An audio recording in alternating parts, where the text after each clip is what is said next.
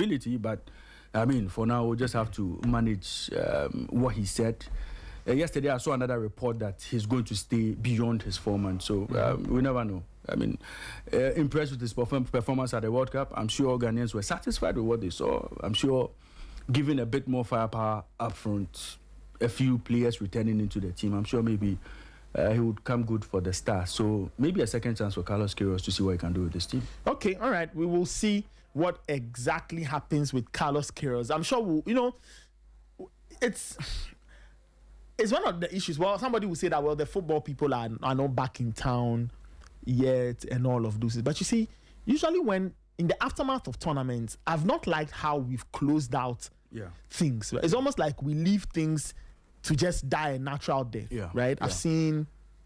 Anyway, later on. A proper debriefing. Yes, a proper debriefing, right? Because updates from the FA. From the FA, we knew, this is what happened. We went this and that. An official it's almost sit down where they interact with us. They tell us we went. This happened. Yeah. Then we can ask questions. One statement comes in, and I don't think that's a good way of closing out, right? Yeah. Because for example, when we unveiled Mr. Queiroz, we had a media briefing. Yeah. So now that the tournament is over, why don't we have another one? Yeah. Let's deal with some. Why don't we have another one, right? Mr. Queiroz can answer a couple of questions. Yeah. This, that, and that, and that. Because not all of us got a chance to ask him questions. Very good. So it may not. Somebody will say, to what end? But you see, what it does is that it provides an opportunity for some questions to be asked and for some answers to be given. Yeah. You may not like the answer, and sometimes not every answer is satisfactory, but at least there's a certain opportunity. A bit of closure. Yes, so we can properly close out. Yeah. But everything is just there, and then we move on to the next. Then we move on to the next. The Black Queens are going to play. I don't know. I think we have to learn to do proper closeouts. Right. Anyway, time check is 7:29. Talking about the Black Queens and all. A little later on the show, time permitting, we'll bring in Abigail Senasosu. We'll talk about the Black Maidens. What they had to go through. It was a scary experience for them on Saturday. An experience I don't think the players will forget. The nerves, the tension. They were tested in every way possible, and they survived. They came out on the right end of the process, survived via penalty shootout. Surprise, surprise! A Ghana national team winning a penalty shootout. It's a rarity.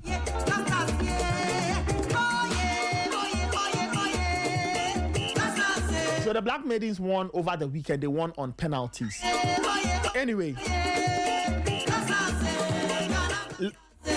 Time check is 7:30. Let's get into our big interview.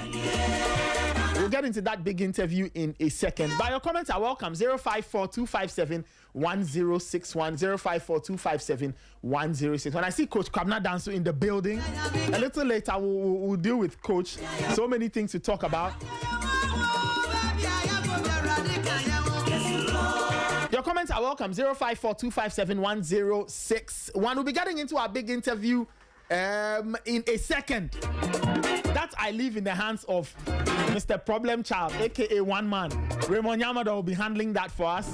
We'll all be providing support and all of that. Time check is 7:31.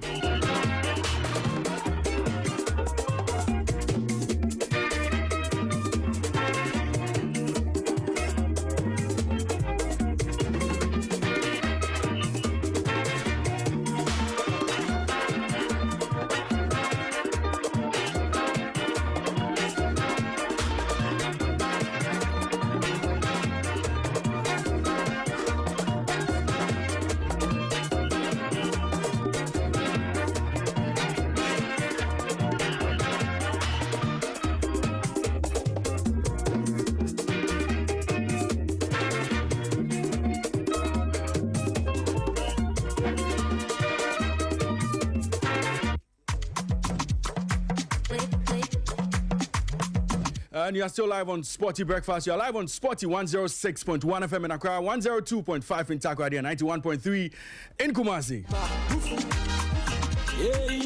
And we are in Black Stars mood this morning. Because we are joined in studio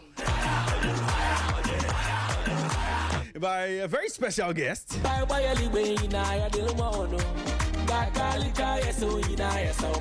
Well, one of the Black Stars players you rarely hear talk.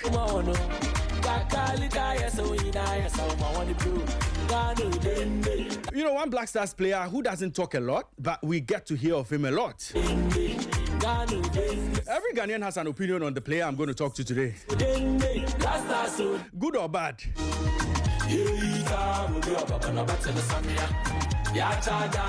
And yes, he featured at the World Cup in USA, Canada, and Mexico.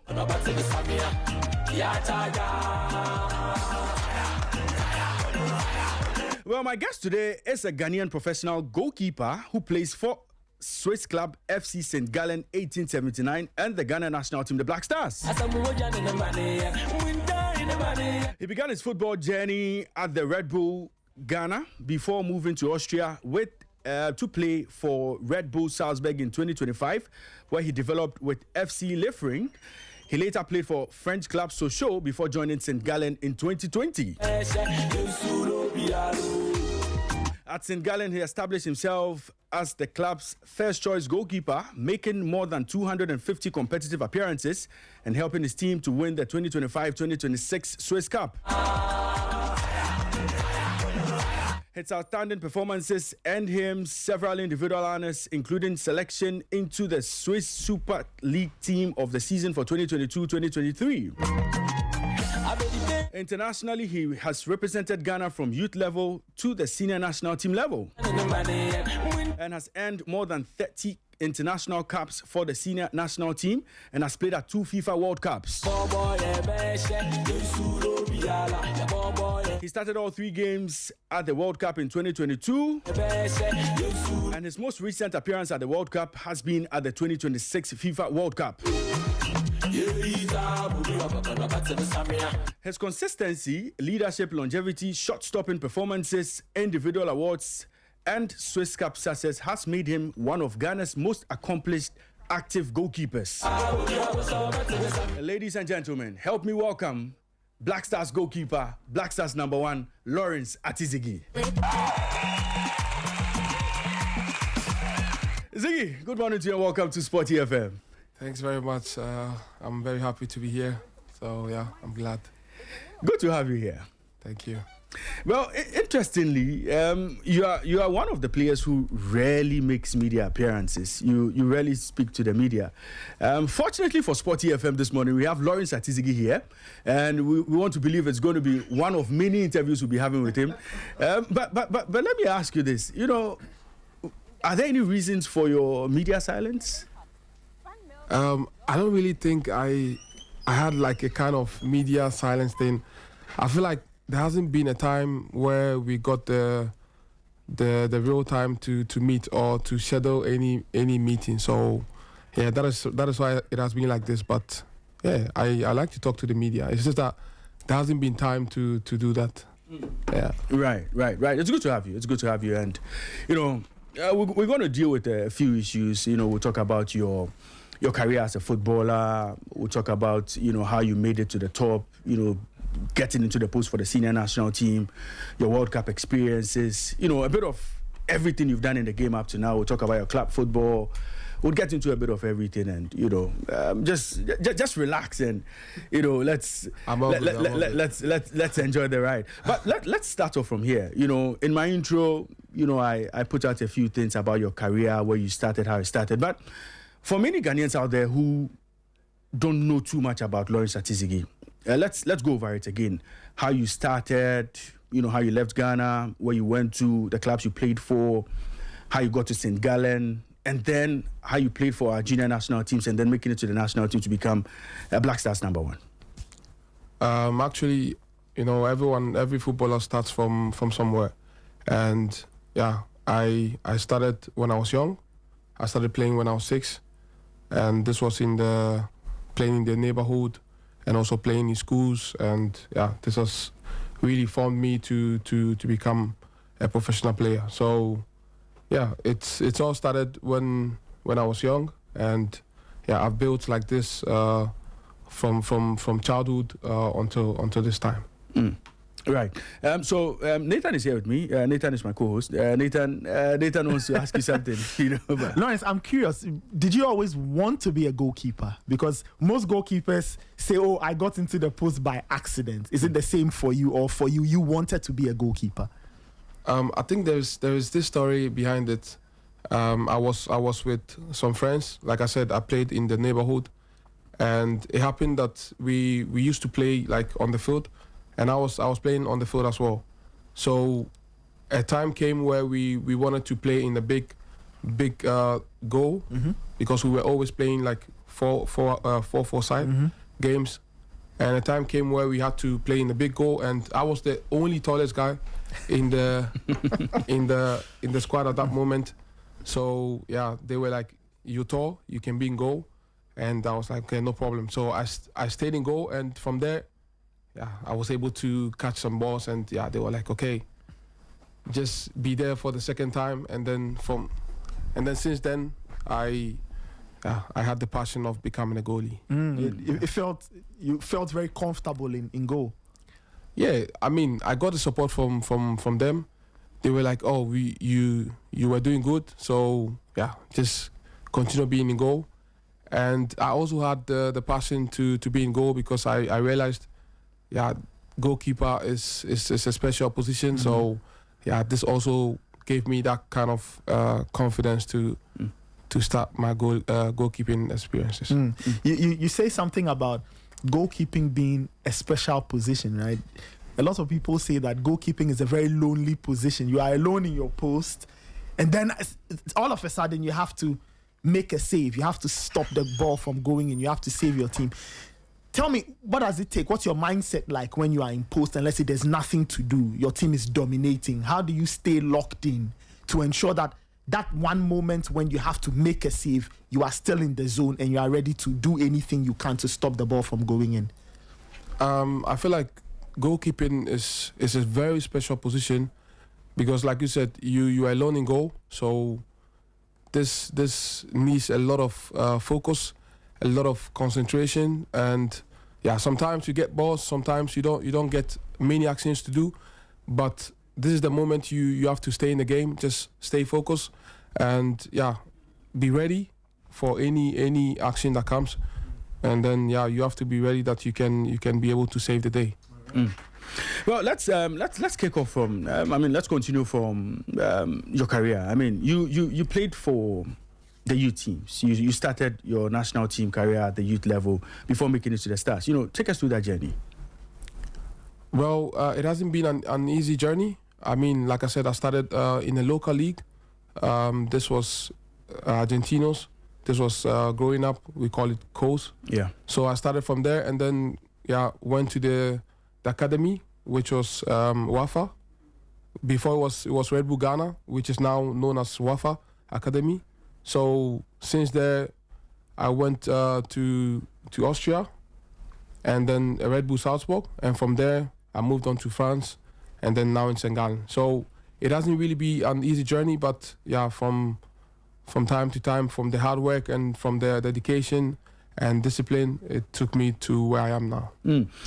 You've been part of the Black Stars for quite a while, since 2018, when you made your debut, I think, since 2018. Yeah. How has it been like for you, getting into the team, not starting immediately, but waiting for your opportunity to finally get to the World Cup, and starting all 3 games for Ghana at the 2022 World Cup? How was it like for you? It was a great moment, because it's every player's dream to represent their country. So when I had the opportunity to represent my country, I was very honored, and yeah, this gave me the boost to keep working. So coming into the team, not starting, this was just an experience that I was gathering, and things that I was seeing to be able to stand, and when I get the opportunity to play, I can be ready for it. Okay. Talk about the start of your national team career. I mean, of course, when you came in, there was a number one. There were other goalkeepers ahead of you. What was the biggest thing, the biggest lesson for you, like as a new player in the team, and what was that lesson that kept you locked in and focused until your opportunity came to go in between the sticks? I mean, when I joined the team, there was great goalkeepers already. Who were some of the goalkeepers around at the time? It was Richard Ofori. Okay. And yeah, I think in the moment there was Razak Brahma. So, and then came up a lot of goalkeepers came in. But I think these were the ones who were really playing actively. Okay. So yeah, there were these guys, and I mean, looking at them and seeing how they were performing, it was just a moment that I should just take time and watch how things were going, and try to adapt to the situations, and wait for my chance to be able to prove myself. What was like your stage where you never the very first what was your first game? When did you get to be in the sticks for the first time? It was a game against Saudi Arabia. Okay. And we played in Saudi Arabia. Were you nervous? How was it like for you? Do you remember how you felt when your name was mentioned that Lawrence, you are going to start the game as goalkeeper?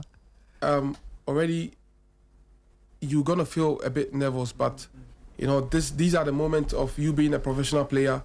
You have to be ready for every task. So, I mean, I was a little bit nervous, but then going into the game, I knew that, okay, it's going to be hard, but I had the quality, so I just needed to stay focused and, just take it time to time, and, it became well. Now, let's come to the World Cup, you know, this World Cup, the build-up to the World Cup. Now, we know Ghana struggled to qualify. I mean, we did not qualify for the AFCON, but you guys finally, found a way to make it to this year's World Cup. Take us through that journey. You know, what was the turning point for you guys? You know, the entire team. You were part of the team during the qualifiers, and what actually pushed you guys to, secure qualifications to the World Cup? I think it was, like I said earlier, it's every player's dream to play in the world biggest stage. So we know it was the World Cup. We had to stay together. We had to put things together and fight through that we can be able to pick a spot in the Mundial. So it was just a team spirit and a team thing, doing it all together as a team to be able to achieve one goal. So it was nothing special. We knew we didn't qualify for the African AFCON, but we saw that this was an opportunity for us to make it to the world biggest stage. So we had to stay together and put things right, as we didn't do in the AFCON. And so, this gave us the opportunity to keep working and pick this spot. Let's Nathan, just hold your thought for me. Hold your thought for me. Right. Let's deal with the World Cup itself. You know, that opener against Panama. You started the game very well. Unfortunately, you didn't finish the game because you got injured. What was running through your mind that time? And did you feel your tournament was over at that point? I mean, this was a very difficult time for me, because going into the world biggest stage and having the belief that you're gonna have a great moment, like you had the confidence to represent your country, and then having this kind of moment, it was very heartbreaking for me. But I really thank God that this didn't really put me down, but it gave me the boost to keep going. And thanks to the media team, the medical team, who was also there for me. They gave me the support, and also for my family. So this was something for me which helped me a lot to be able to stay focused on my recovery process, and then try to get back and help the team. You did come back, in the game against Colombia. How was the feeling for you when you returned into the sticks? I mean, it was a great feeling. Kudos to the other guys for also making it possible for us to get to that stage. So it was a good moment for me, because I felt happy that I was able to get back to the team and also help the team achieve their goal. That game ended in disappointment for the entire nation. I mean, post-game, what was the feeling like? What was the reaction like in the dressing room? Yeah, we felt disappointed that we couldn't make it to the next stage. But this is football. Anything can happen. You just have to focus on the next. It was really a bad moment for all of us. But it has happened. We couldn't change it. So we just have to look on the positive side of it and move on.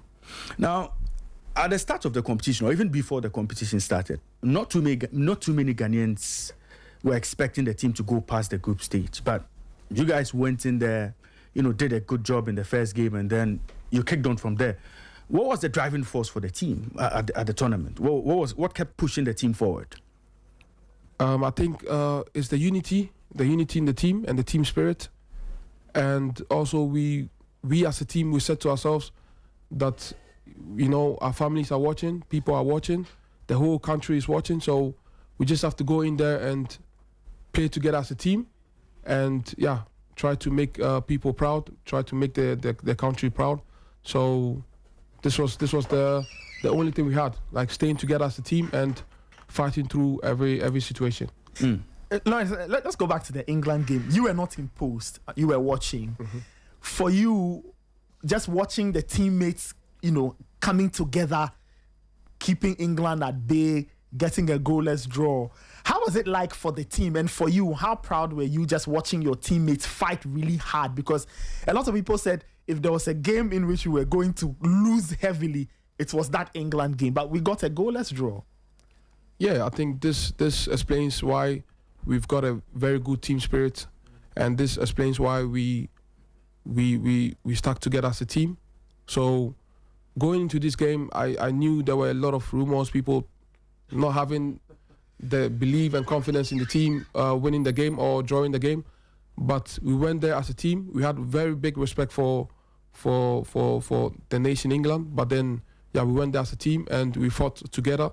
And me being around, not playing, but it was also a good moment for me to support the team. Were you at the stadium that day? Yeah, sure. I was on the bench. Okay. So this was the moment to support the team, like mentally, and also be around, try to motivate the guys so that they can also give their best. And if you just tuned in, you're live on Sporty 106.1 FM in Accra, 102.5 in Takoradi, and 91.3 in Kumasi. We are having a conversation with Black Stars goalkeeper, Black Stars #1, Lawrence Ati Zigi. He's joined us in studio today. We're having a conversation about the World Cup, his career, you know, everything you need to know about Lawrence Ati Zigi will be revealed on the show this morning. You can join us via WhatsApp line 0542571061, 0542571061. Share your thoughts with us on the conversation. If you have any questions for Lawrence Ati Zigi, you can put that out there and we would share your question with him. He will give you an answer. He will be glad to hear you speak to him later on in the show. But 0542571061, 0542571061. It's a very interactive conversation. So join us on the show. Now, Lawrence, let me take you here. And this is one subject that interests a lot of Ghanaians. Okay. Now, it's about your goalkeeping style. Now, I'm going to tell you 4 things. 4 things Ghanaians say about you. And I'm expecting a reaction from you. Okay. Now, 4 things Ghanaians say about you. Now, the first one is, Ghanaians say anytime you make saves, you do a bit of showboating. You know, it's a bit dramatic. It's almost like you are doing keche. You know, for the cameras. Yeah. That's one. The second one is, they say you are a ball magnet. You attract ball. You know, you call balls. That's why you seem to face a lot of shots in games. And then the third one is they say you don't talk. You know, you don't talk. They say you're not too vocal. You're not vocal. You don't shout. You don't see you shouting. Shout. You don't organize. Yes, and then the fourth one is they say you are not able to organize the defenders in front of you. That is why you concede a lot of goals. I mean, today I have you. I want you to respond to all the people who have those thoughts about you. Yeah. All those things they think about you. You know, what do you have to say? I mean, criticism is part of football. So, yeah, I just have to listen to it sometimes. But I feel like this doesn't really change anything in my game, because what I believe in is the criticism from the coaches, what they tell me, and also the opinions from my teammate. This is what builds me up. And with what is happening, I mean, these are opinions from people, like this is how they see it. But it's like, as a goalkeeper, your main or your objective or your main priority is to save goals. So however it's done, like if you have to use your head to save it, it's a save. So it doesn't matter how people see it. Maybe a save for them looks like you're making drama, but that's how the situation makes you adapt to how it is. So if there is a long shot into the corner, I don't think I'm gonna just jump, or I'm just gonna stay and do like this. You need to react. It's all about reaction, and I feel like as a goalkeeper, there is like every goalkeeper has his way of keeping. Like there are different styles. Like this goalie, one example in Colombia, Higuita. Yeah. Afro head, shaggy exactly. head. You know, when you look at his style of goalkeeping, people loved it. It was different. So for me, I don't really think that maybe if I make a save, it looks dramatic. Maybe that's how they see it. But yeah, my priority is just to prevent the goals. And also coming to the not be able to communicate. Say you don't speak. communicate. So you don't shout on defenders.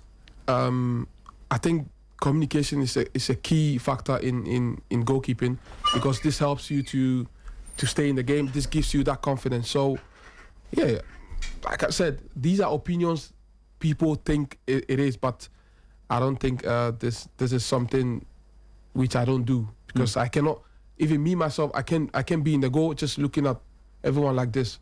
I need to stay active, and staying active for me is talking. So probably the camera's not going to be on me showing that, oh, this is what I'm doing, so you wouldn't know that this is what he's doing. So yeah, that's just the narrative. But like I said, everyone has his way of saying, and everyone has his opinion.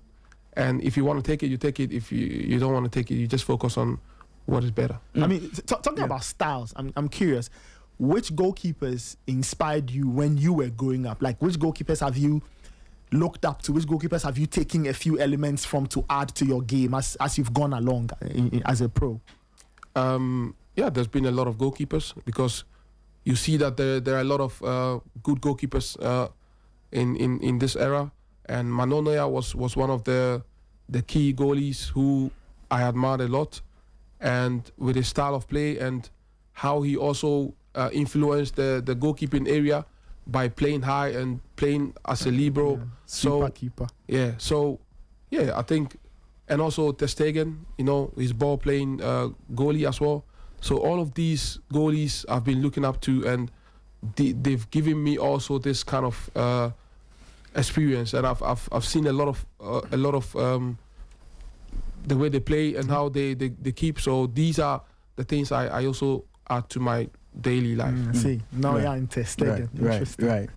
Now, Lawrence, well, there's still one question you've not answered for me. You know, they say the defenders in front of you are not able to organize them. That's why, you know, a few goals come in, and then the part where they say you like to call the ball. You say, yeah, that bit. You see, I like that part. Yeah. Okay. Yeah. I think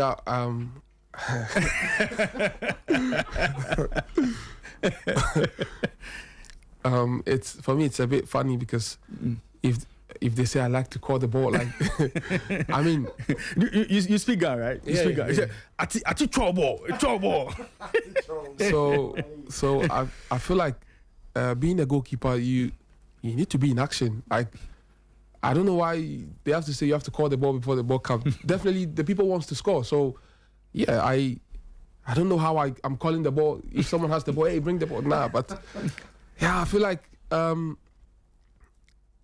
it's your job as a goalie to be able to get the balls coming to you, and this helps you to show the kind of goalkeeper you are, or your quality that you have. Yeah. So if you're in the goal and you don't have any ball, then at the end of the day, what makes you a better goalkeeper? No one knows how you can save it, and no one knows how you can go about with situations. So I feel it is good for me, because I'm able to show myself. If there's a ball coming to me, then it's better than staying in the goal and nothing is coming, and then I'm just watching. Yeah, it will be boring. So I feel like there should be more balls. They should come out.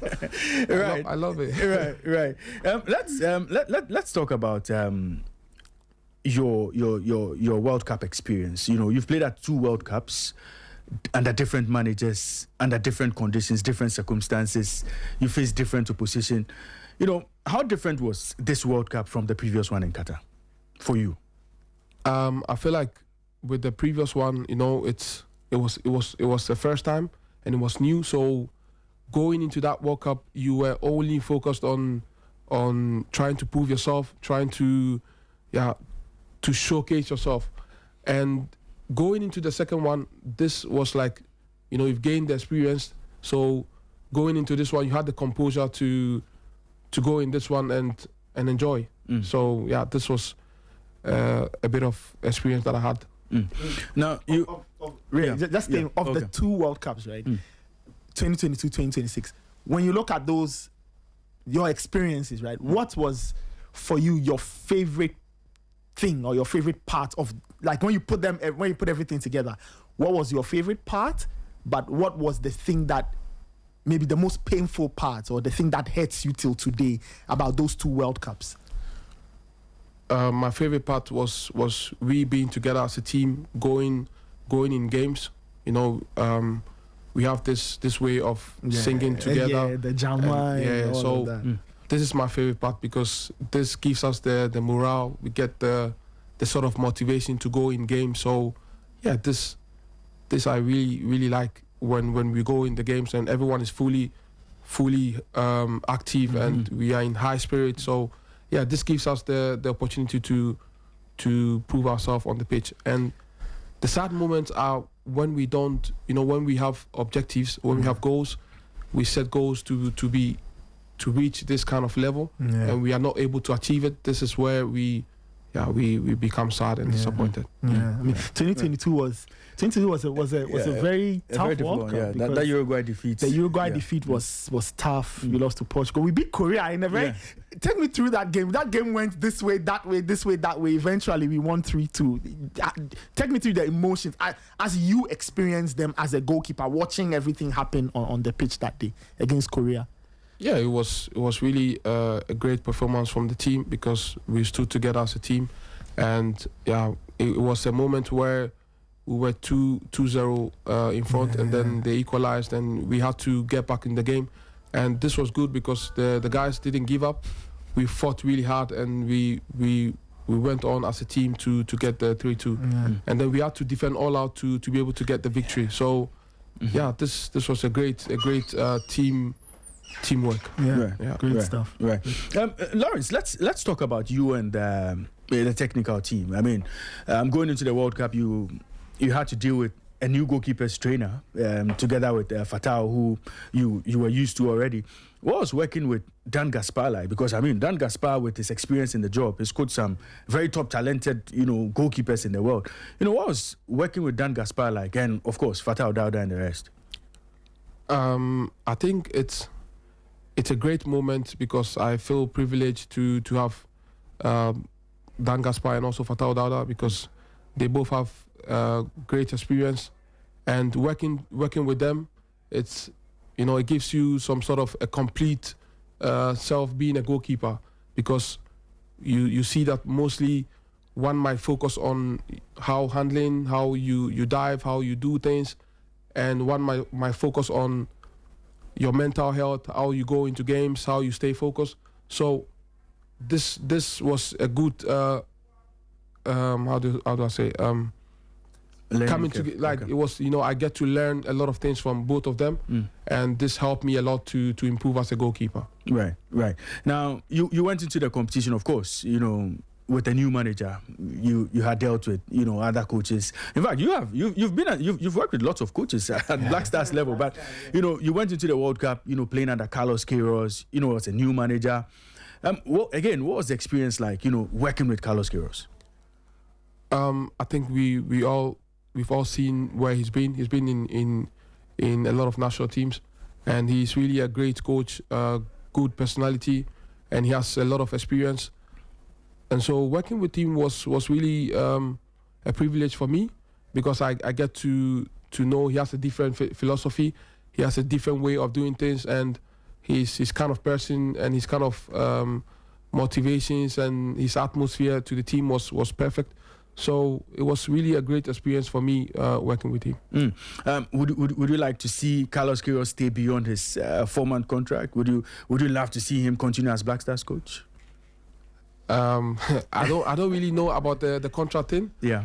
But I feel like he's a great coach, and as a player, I admire the way he coached us. I admire the way he brought this positive energy into the team.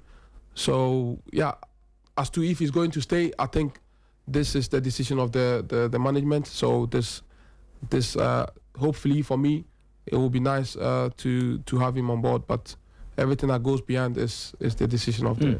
Well, talking about management, I mean, we've gone to World Cups where, players have had clashes with management and all. People have been slapped at tournaments and all. I mean, what was it like working with, this FA, and the management team that were put in place to, manage you guys at the World Cup? What was the working relationship like? Was it smooth? Yeah, it was really good. It was very smooth, and yeah, I really like the way they try to put things together, for us the players and also for the staff. And the support they gave us, because after every game they try to come around to give us some sort of motivation and also encouraging words. So this really boosted our morale in the games.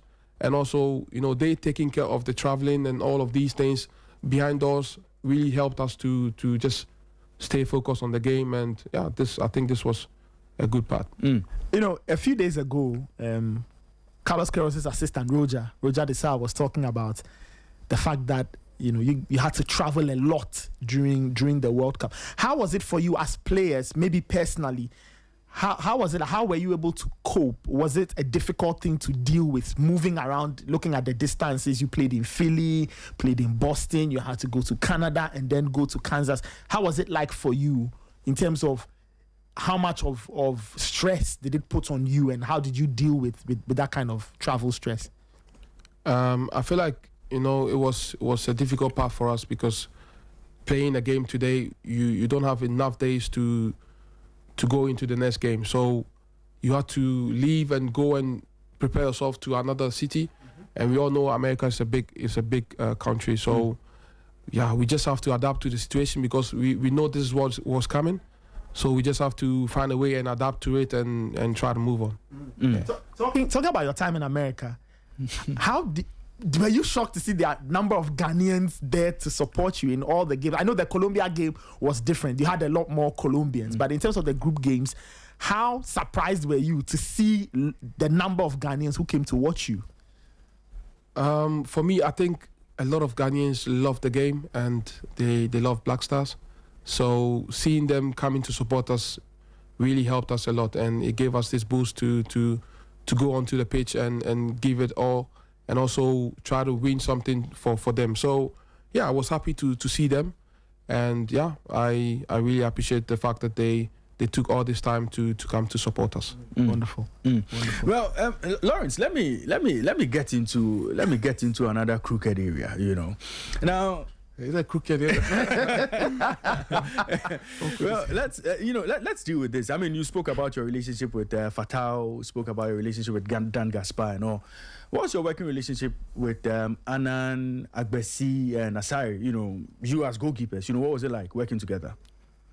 We are all goalkeepers, and at the end of the day, one has to play. But yeah, for us was not the option of who is going to play and who. We try to build a team, a goalkeeping unit, and try to build like a goalkeeping spirit within ourselves. But everything was led to the decision of the management to decide who was going to play. But the relationship was really nice, because we all had the objective to get into this stage and win games, and also help the team and also help the country. So yeah, it was not a matter of who was going to play. It was just a matter of trying to build a goalkeeping unit, a good goalkeeping unit between ourselves. And was that like the same mindset, in the build-up to the World Cup, right? I mean, I'll ask it anyway, since you are here, because you were in post, and then Ben got to be in post. Later, you hold that up for me. Hold that up for me. I'm coming. Just hold that up for me. Now, just to talk about, the team spirit you spoke about. Now, before the Colombia game, there was something I observed. Okay. When it was time for warm-up, they came out first. It was Ziggy, it was Dan Gaspar, it was Fatal, and then Anan and Asari. Now, when they got onto the pitch, they were in a huddle. Before they started everything, they went into a huddle. They did a few things. It was nice to see. It was nice to see all of them. So that brings me to my next question. That brings me to my next question of, post the World Cup. there were reports or there were concerns, or people said that there was an Ati Zigi faction in camp together, and there was an Asari camp. Was there anything like that in camp? I think these are maybe the narratives from the people, but I don't really think there's a camp of someone and a camp of someone. At the end of the day, we all wanted to make the country proud. We all representing the country. So, yeah, there was nothing like this. It could be something someone heard, but yeah, we were together as a team, as a goalkeeping unit. So there was nothing like there was this camp or there was this camp. We were all together supporting each other to achieve a great thing for the country. Well, time check, it's 8 minutes past 8 and you're live on Sporty Breakfast. You're live on Sporty 106.1 FM in Accra, 102.5 in Takoradi, and 91.3 in Kumasi. You're listening to the voice of Lawrence Ati Zigi, the Black Stars goalkeeper. He was in action for the team at this year's World Cup, and he's here with us, sharing his thoughts with us on a few matters arising from the World Cup, and of course, his career up to this point.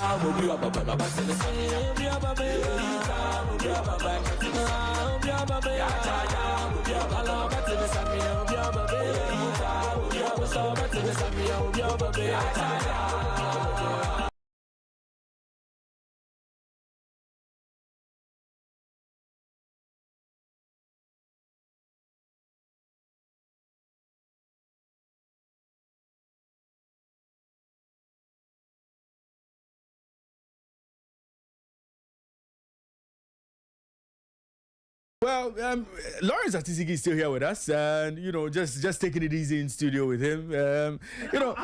Something. Yeah.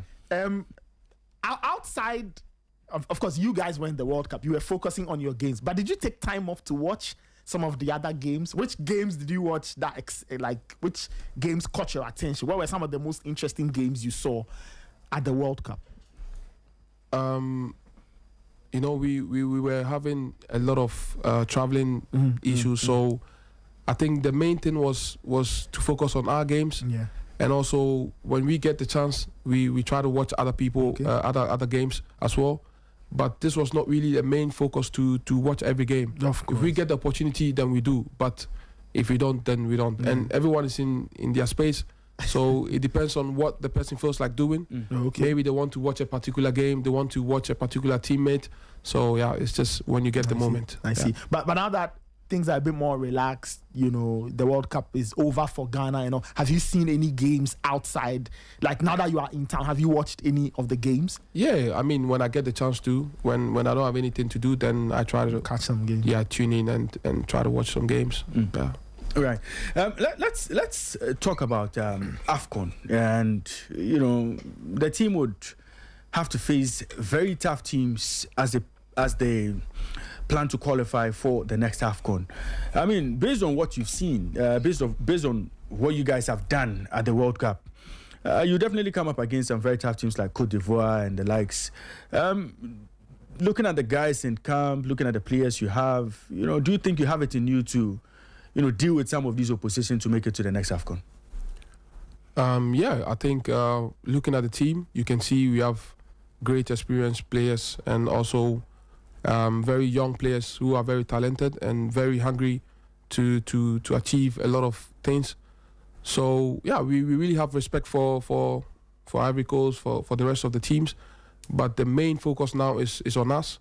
We just have to be together as a team and take game by game, and we'll see what happens. Well, looking at this group and our struggles at AFCON, do you think that looking at this group and the quality you have in there, this is the time for you to finally get to an AFCON and make a statement?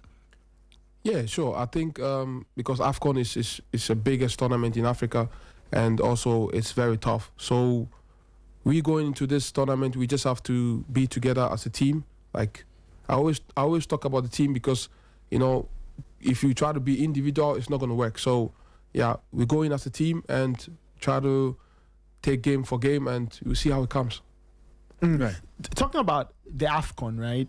What do you think is the biggest lesson you guys will take into the next qualifiers, seeing how we didn't qualify for the last AFCON? What do you think is the biggest lesson together you and the other guys have got to remember as we start another set of AFCON qualifiers? Like I said, playing in the AFCON is a very tough tournament, and you meet teams where they really, really playing physical.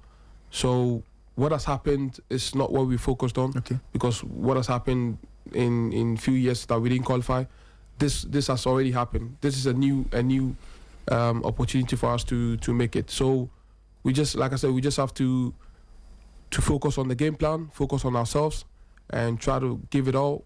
And yeah, hopefully we can make it to the AFCON. Yeah. Yeah, fingers crossed. Yeah, fingers crossed. We've got Cote d'Ivoire in our group. That's an exciting 2 legs. Yeah. We'll play Ghana against Cote d'Ivoire. Hopefully we should get good results against them. But like I said, it's mainly on the names. And like I said, we've got really big respect for every team. We don't underrate anyone, but yeah, we're just gonna focus on ourselves. I know there's the name Cote d'Ivoire, but yeah, we're just looking out on ourselves. Let's talk a bit about club football, and the season starts in a few weeks for you. I mean, preseason will start for you possibly by the end of this week. I'm sure you join your team back in preseason. But do you have plans of leaving St. Gallen this summer? I mean, plans.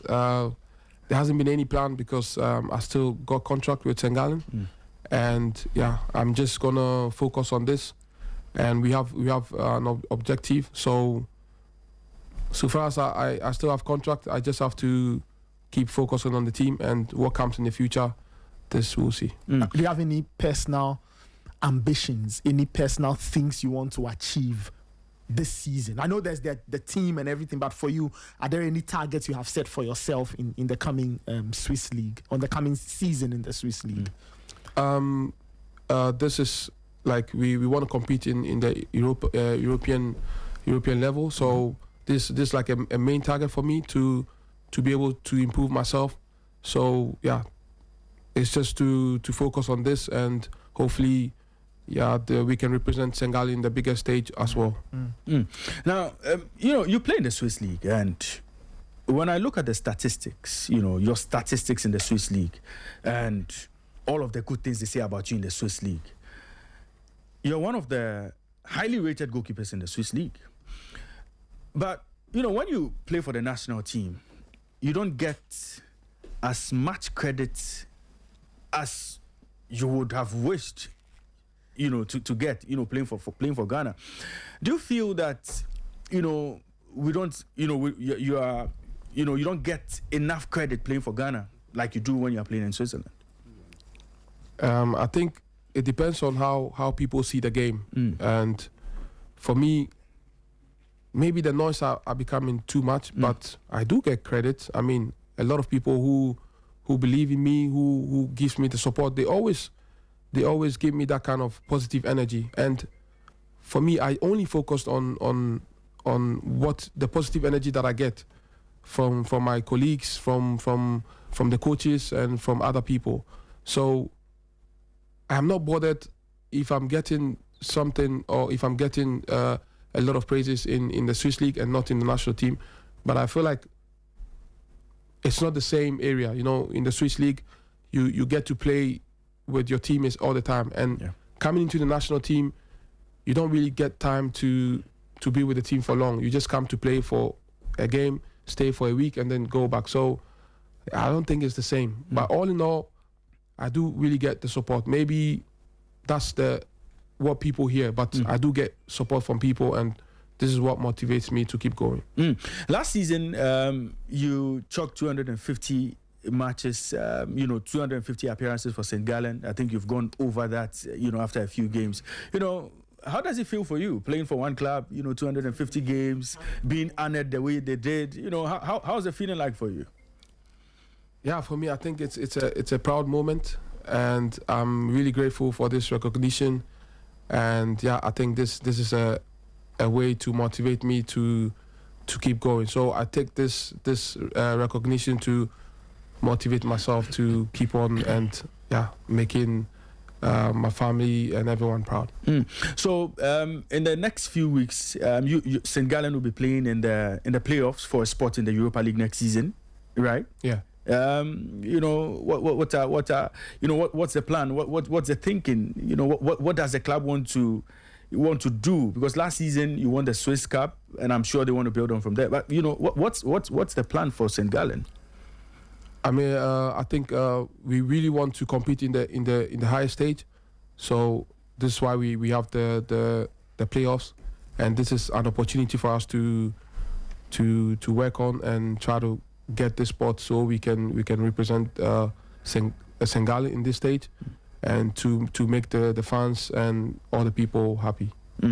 Now, for you on a personal level, what would it mean for you to play in the Europa League?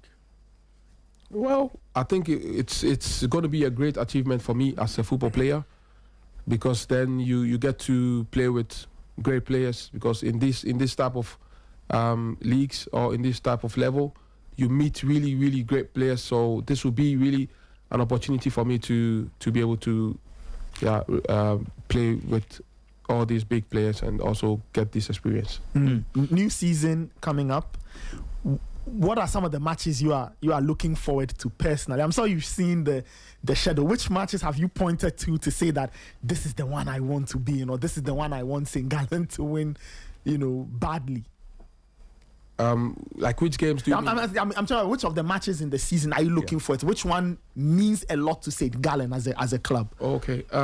With St. Gallen, it's really nice playing in St. Gallen because in our stadium it's always full.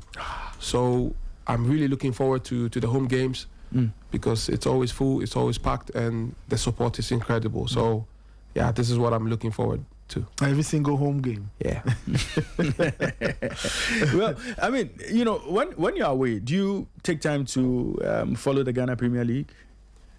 Yeah, I do. Sometimes when I get the opportunity to. Unfortunately, I don't get a chance to watch it because we don't have the connection from Ghana in Switzerland. So, yeah, I do when it's live on sometimes Facebook, and I have the time, I tune in. Any players that have caught your eye? Maybe during the pre-World Cup training camps and all. Any players in the league that have caught your eye? I don't really know most of the guys, right? But there's been great talent in the Premier League, and I see a lot of people doing well, and so I feel like they should keep going. I encourage them to keep going because I know it's not easy.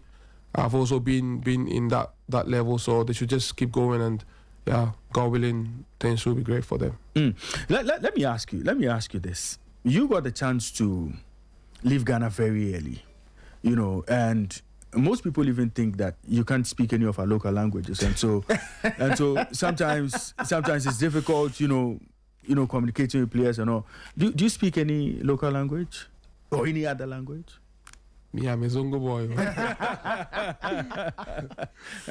Yeah, I'm a Zongo boy. Like, I do speak several languages. And people get surprised because I think most people think I was born in Europe, but I'm a fully Ghanaian. Like, I was born and raised in Ghana. I lived in Kotobabi Down. I lived in Pig Farm. I lived in Newtown.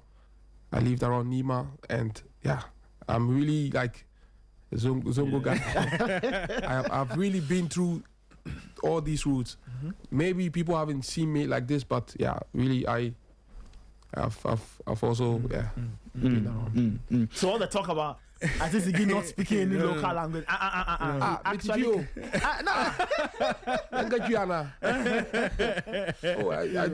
I do speak Ghana, I do speak Ewe, I do speak Chi, Hausa, and Fanti a little bit. You speak a bit of French too? Yeah, I speak French, I speak German. Okay. So if you played in Austria, so of course if there's one language that is common to Austria and Switzerland, it's German. Right. Oh, that's nice, Nathan. I wanted to try a few French questions, but I'll leave that. We are doing an English. Why do you want me to speak French? Well, he's touched my French spot. Quand tu veux qu'on parle un peu de français, non? Ça ne comprend pas. français? Ouais, je parle français. Ben on peut parler en français. Ouais, c'est bien. Donc on continue. Mais les gens, ils vont pas comprendre, c'est ça. Ah, les gens, oui, c'est vrai. Ils vont pas comprendre. C'est pourquoi on fait l'entretien en anglais. Two of you have decided to throw me off. Mais c'est bien, je ne savais pas. Hein. C'est mais bien de savoir. où t'as pris les Français? Moi, bon, j'ai fait ma licence ici et puis j'ai vécu à Cotonou pour un an. C'est là où bon, j'ai maîtrisé la langue, si tu veux.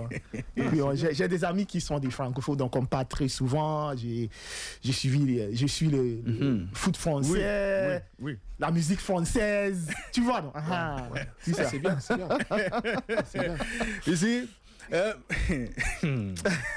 you only get this on Sporty. Yeah? You only get this on Sporty. Yeah? We are the voice of sport. So if it's English, we are there. If it's German, we are there. If it's Italian, we are there. If it's Spanish, punto tres, we are here.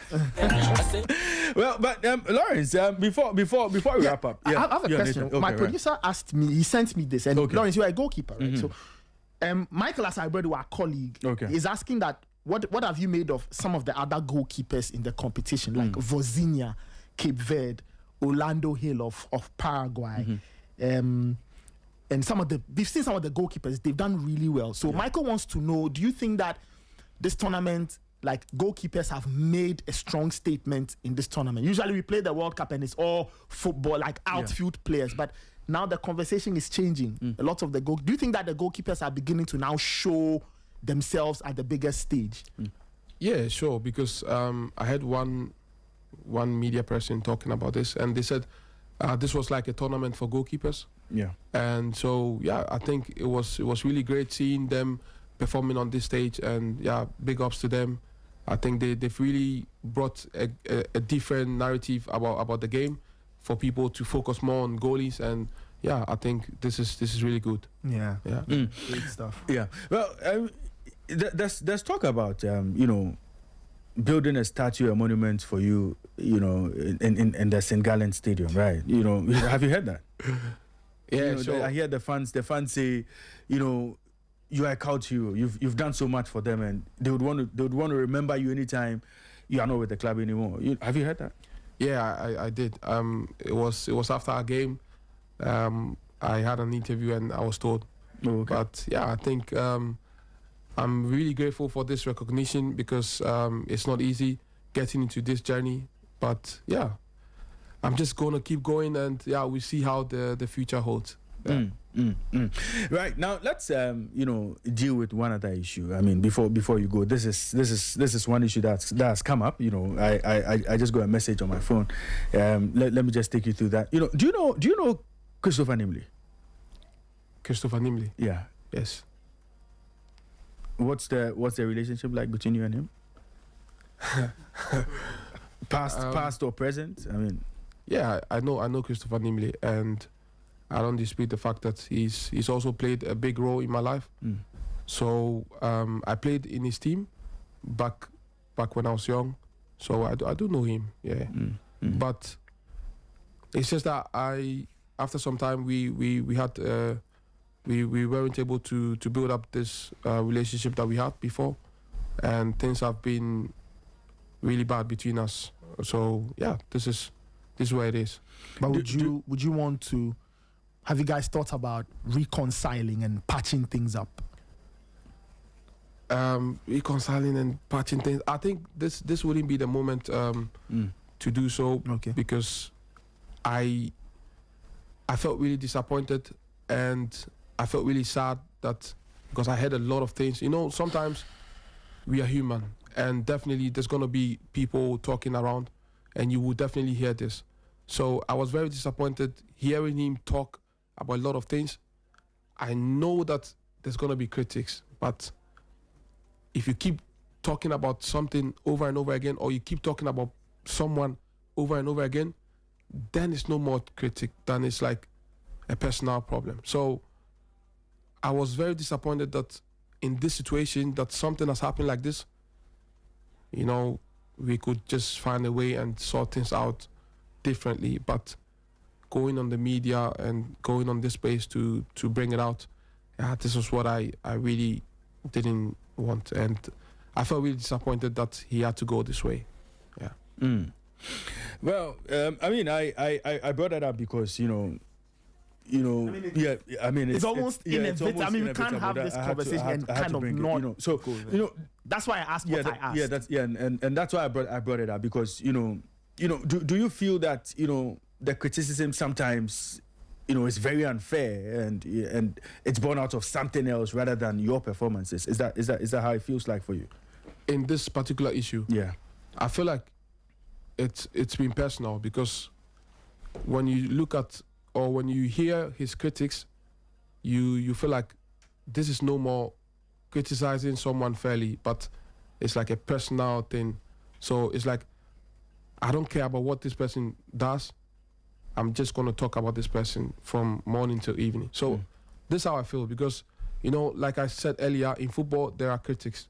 Yeah. And it's part of it. But the moment someone tries to make it over and over again, then it's no more critics, but it becomes something else. Yeah. So I feel like he hasn't been fair with the way he talks. And I think this wasn't the moment he should have gone this way. Like I said, if there was a problem, he doesn't have to go and make this a whole story, like the narrative bad to people, because I heard a lot of things.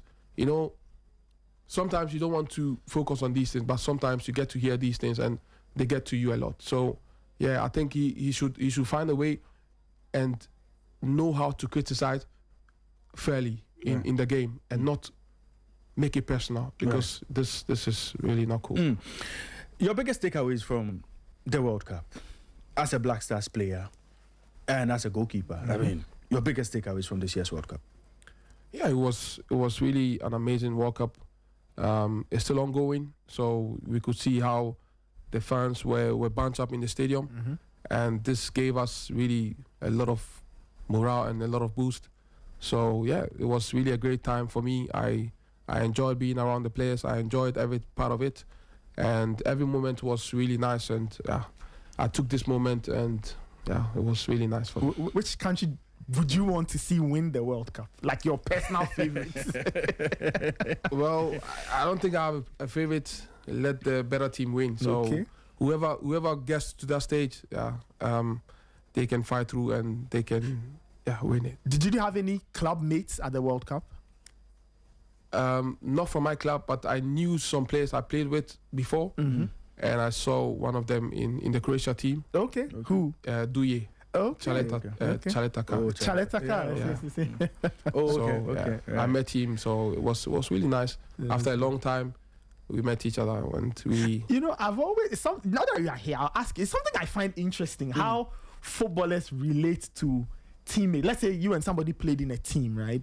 And you guys meet, say, after 5, 6, 7, 8 years. Everybody's playing different. How is it like when you guys meet again? Sometimes I ask myself, I mean, this will sound very dumb, but I ask myself, like, do teammates remember who they played with? Yeah, because, I saw Bellingham and Haaland. Yeah, I mean, Lawrence, tell me, how does it feel when you meet a former teammate of yours, say, Kaletacha, like this, you meet him?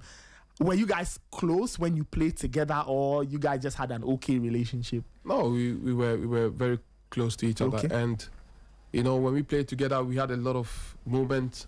So seeing each other again brought back these memories, and we were like, when we were doing this, when we did this, how this happened. So it's just a great feeling meeting your colleague and enjoying the moment and try to talk about things in the bigger stage. And everyone gets excited, and we wish ourselves luck, and we keep on. All right. Still listening to Sporty 106.1 FM in Accra, 102.5 in Takoradi, and 91.3 in Kumasi. We are here having a conversation with Lawrence Ati Zigi. He was at the World Cup. He played for Ghana, and he stood in post for the Stars. Now, there's a message here on my screen. Marvin is asking a question. Marvin is asking a question. It says the Saudi Pro League has attracted many top players and is becoming increasingly competitive. Is it a project that excites him at this stage of his career, or is more focused on continuing in Europe? So, Lawrence, they want to know if you find the Saudi project attractive, or it's it's a project you would want to, pursue in future, so the Saudi Pro League. I mean, yeah. So Lawrence will tell us if, it's something that attracts him or, so, that's a question. A texter sent, and this one also says, I wanted to ask this question. I was confused about England versus Norway. A goal was scored through a corner kick. This one is not directly for Lawrence. We'll come back to that in a bit, but so Lawrence, he says that the Saudi project looks attractive. Lots of top players are going to the Saudi Pro League. Is it a project that excites you or would excite you at a point in time in your career? Yeah, I mean, it's also developing now. We can see that they're trying to build up this league. So for me, at the moment, I'm in Europe. I'm just going to focus on this. So yeah, we'll see when the time comes and there is this opportunity for me to get to that place. Yeah, we'll work on it. But yeah, I would love to experience this kind of league because you could see it's really improving. Yeah. Right. And this one, okay. So let's we'll move on. Yeah. But Nathan, would open the phone lines for a bit. Yeah. Would open the phone lines for a bit. Our listeners out there who have some, encouraging words for Lawrence Ati Zigi. You want to ask him a question. You are free to do so. So I'd open the phone lines briefly, so our listeners can, chip in with, some thoughts for. Goalkeeper Lawrence Ati Zigi. 0542571061, 0542571061, 0542571061. If you have any message for Lawrence Ati Zigi, if you have any encouraging words for him, please, you are free to give us a call now. This one says, please ask Lawrence what was the extent of his injury against Panama and if he wanted to continue the match at halftime. So against Panama, you got injured. He wants to know the extent of that injury and if at halftime you wanted to continue, but because of precautionary decisions, you had to stay off. Well, for me it was a sad moment because I'd really wanted to help the team, but when the injury came, I found out that it was impossible at that moment, and I didn't want to take any risk of being in goal and not be able to help the team. So yeah, with the medical team, we found it a better decision to stay out. So this was for the team and not like a personal thing. Right. I have a caller on the line. Good morning to you. Tell us your name and where you're calling us from. Raymond. Yes, sir. Good morning to you there. Good morning. Especially my Ati Zigi. See, Ati Zigi is one of my best keepers in the world we have ever seen. See, through a record that is setting. See, what this guy is doing in club level. But most of Ghanaians doubt this guy. See, they don't see what this guy do. Most of Ghanaians don't appreciate the guy. You see, people are saying that I should not be our number one goalkeeper in this tournament. I think he's supposed to be number one. See, if this our last one we play, what do you call it? Colombia match. He is the Ghanaian's best keeper, Ghanaian's best player on the pitch. He's the only player, he's the best player on the pitch that very day. See, the guy is a great keeper. He have a great future. You see, the guy, people are not appreciating the guy enough. But me alone, I see this guy is a great keeper. You see, this guy have a great vision. You see, let me tell you something. You see, so I have a question. I want to ask him some question. Okay. You see, the question is going directly to him. I want to hear his opinion. Okay. You see, either this coach that will lead with to the tournament is the better coach. We should use the next AFCON performance, or we should change the coach. I want to know. Okay. I want to hear it. Right. I think he shared his thoughts on Carlos Queiroz. He says, well, if he stays as coach, they would love it. So, he's not against Carlos Queiroz staying. I think he answered the question a bit earlier. So, thank you very much for joining us on the show this morning. Let me pick my next caller. Good morning to you. Tell us your name and where you're calling us from. Good morning, Ray. Yes, sir. Ray, I'm calling you from Temamoto Way. Hey, okay. Right. Let's hear you. Let's hear you, Otumfo. Yeah, you see, Lawrence Ati Zigi, I remember proud to the World Cup. I was watching one of the friendly games. Was it against Wales So I was finally watching the game and Ray, Charlie, people were passing at Zigi. I'm like, no, I didn't be said better why you're working for me. This guy, you know, I think he has the one. He has stepped up in the game. But for Ati Zigi, who would have been down for like maybe 4 or 5-1 in the game. So what are they even talking about?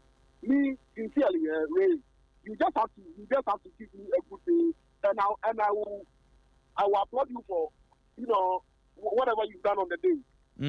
If you have a bad day, I wouldn't shy away from, you know, speaking the truth. You get it? Yeah. I feel that is the best way to go. If the person gives you a good day, it's kind of come on kudos, like, you know, the person deserves his or her flowers.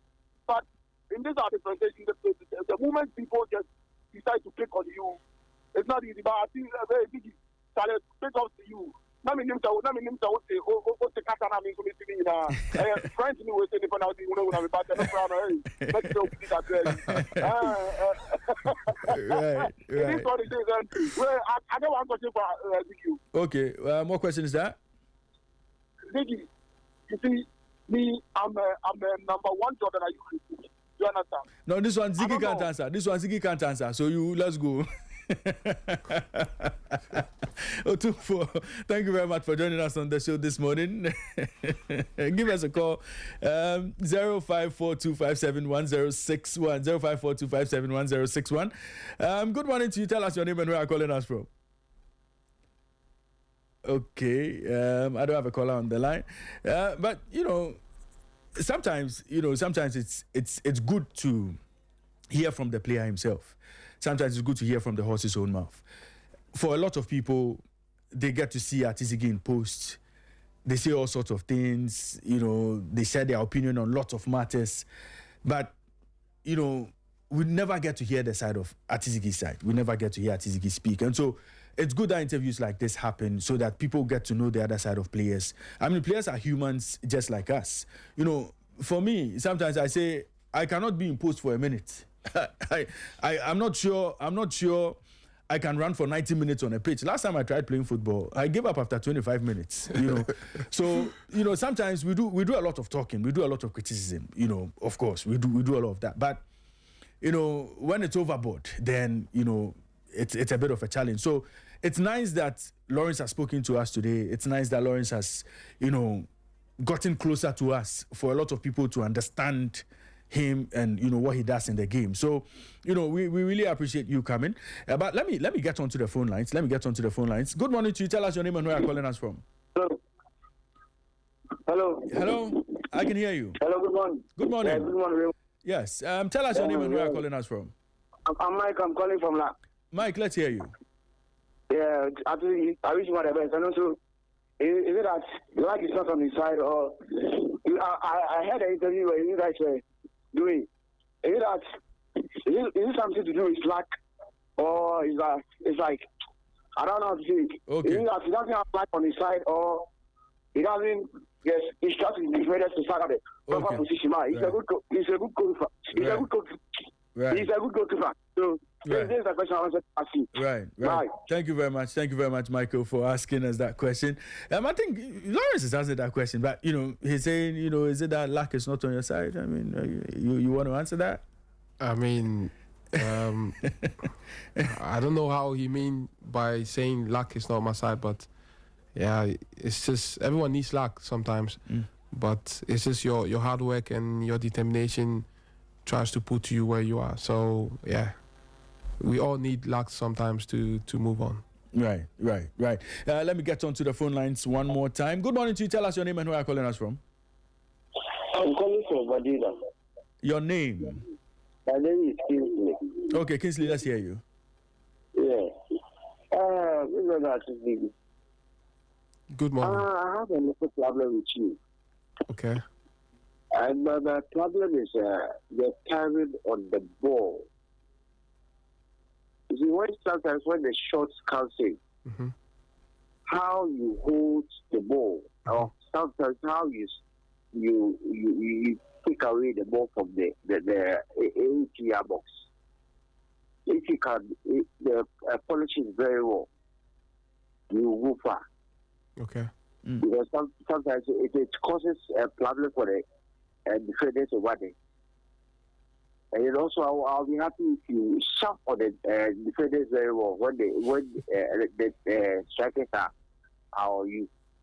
This time we polishing that area is also for me. Okay. All right. Thank you. Right. Thank you very much for joining us on the show, Lawrence. You did you get what he said? Yeah. Okay. Well, I'm not a goalkeeper, so I didn't quite understand it. But maybe Lawrence gets it. So we'll see how things go. But let me pick my final call before I wrap up with Lawrence. Good morning to you. Tell us your name and where you're calling us from. Okay, I think I don't have a caller now. So this is where I'll draw the curtain down on the calls. We'll leave the calling segment for later. Okay, one has come through. Good morning to you. Tell us your name and where you're calling us from. Good morning, brother. Yes, sir. Thank you very much for what you people are doing. I want you to ask Ati Zigi again for me. Hey, Shatta One, original Shatta, calling from Achama in Lebanon. Okay. Yeah, I'll be that. Yeah. You were asking about Coach Karkios. Yeah. About his performance and his ability of coaching the team. He has been with Ghana Black Stars for a long. He should tell us more about the coaches because it is the coaches that make impact. All the time, some players come from bench and come and score goals. Taking Otto Addo and Coach Karkios to comparison and other coaches, I beg, he should tell us something about coaching course. And again, about he also always conceding goal for Ghana is worrying us because people are taking that advantage of betting against him. Whenever they hear say activity is the one going to kick for Blaster, people now start betting he will concede the goal. And actually too, he will concede the goal. So he should prove to us that it is not all matches that you have to concede goals. You see. Okay. And again, you ask him about which country should take the World Cup. Okay. He should be specific as a goalkeeper to tell us or a country who he thinks best that he's the best of the world. Because as a goalkeeper, if you ask you which team or which country do you like to keep for, you should be able to prove one to us for us to know his stand as a goalkeeper. Okay. So I beg, let him answer this question for me well. No problem. This World Cup as we are playing, he should prove to us the 4 countries which have met. If he is a good goalkeeper, he should tell us the country who will win the World Cup. Okay. I'm waiting for his original charter. Thank you very much. So, Lawrence, this one, so you should prove to them which team will win the World Cup. It means that you have to delve into realms of clairvoyance and pick a team that will win the World Cup for Shatta. I feel like I respect his opinion. Right. Like I said in the interview earlier, everyone has his opinion, so it's left to how you take it. And I appreciate his consent, and yeah, we're just gonna work on it. So this is something we will take and work on. But as to who is gonna win the World Cup, I mean, this is football. You know, you can't just on paper you can just say this is gonna win, but yeah, the better team is gonna win. So yeah, that's right. Yeah. That's right. So I hear you speak fluent Ewe. Yeah. You speak fluent Ewe. Oh, okay. So you know, my people in the Volta region are listening. Your uncle is listening. Everybody's listening. You know, some. You know, tell us something. You know, give us something nice. You know, some nice words from you. You know, as we wrap up the show. In a way. Before I start, you know, I don't really get to speak a lot with people, but then I still understand, and I'll try to say some few words. Madogbe na mi kata madakbe na mi support throughout journey, because work up mava wo easy okake because of mi prayers be mi supporter ten nam unsa be mano game am ta me continue be mi jina mi jina mi dogbe nam ye mi jina mi support na ma odi kwa no la nyo ta ma dogbe nam siam ke le interview asem ma uno no implimi. Right. You know, so I got a lot of that, you know. So because I speak, I understand everything he said. So akpe now me go do that now. Now. And every time you go out there to play, just know that the good people of Ghana are behind you. The Ghanaians love you. Ghanaians appreciate what you do, and Ghanaians would keep supporting you in everything you do. Thank you very much. Just keep going for us. Now, you know, you have any, you know, thanks, you know, you want to say final thank yous to anybody, maybe the FA, the coaches, you know, if you want to say thank you to anybody, you know, you are free to do so. There are a lot of thanks to give. I mean, first of all, thanking God for this wonderful moment, for this for the good life and for the health, and also thanks to everyone who was watching the show, and thanks to everyone who was supporting and who kept their prayers on the team. And yeah, also thanks to the coaches, everyone who believed in me, who gave us this opportunity to represent the country. I do really appreciate the support, and yeah, I'm really thankful also to my family for staying with me all this while. You know, I went through difficult times, but they didn't really leave me alone. They supported me, they held me up, and yeah, I'm very grateful. And yeah, thanks to everyone who's watching, and thanks to everyone who supports the team. They should keep on supporting the team, because you know, it's not always going to come on a silver platter. So definitely there's going to be moments where we will have bad moments, but I feel like their energy is very important. So even in the bad moment, we need the support, we need this encouraging words to keep going. So yeah, thanks very much. Right. And that was Lawrence Ati Zigi. Well, the Zongo boys say they want your final words in Hausa.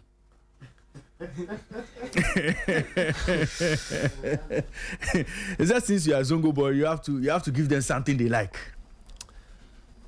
I normally say Abochi.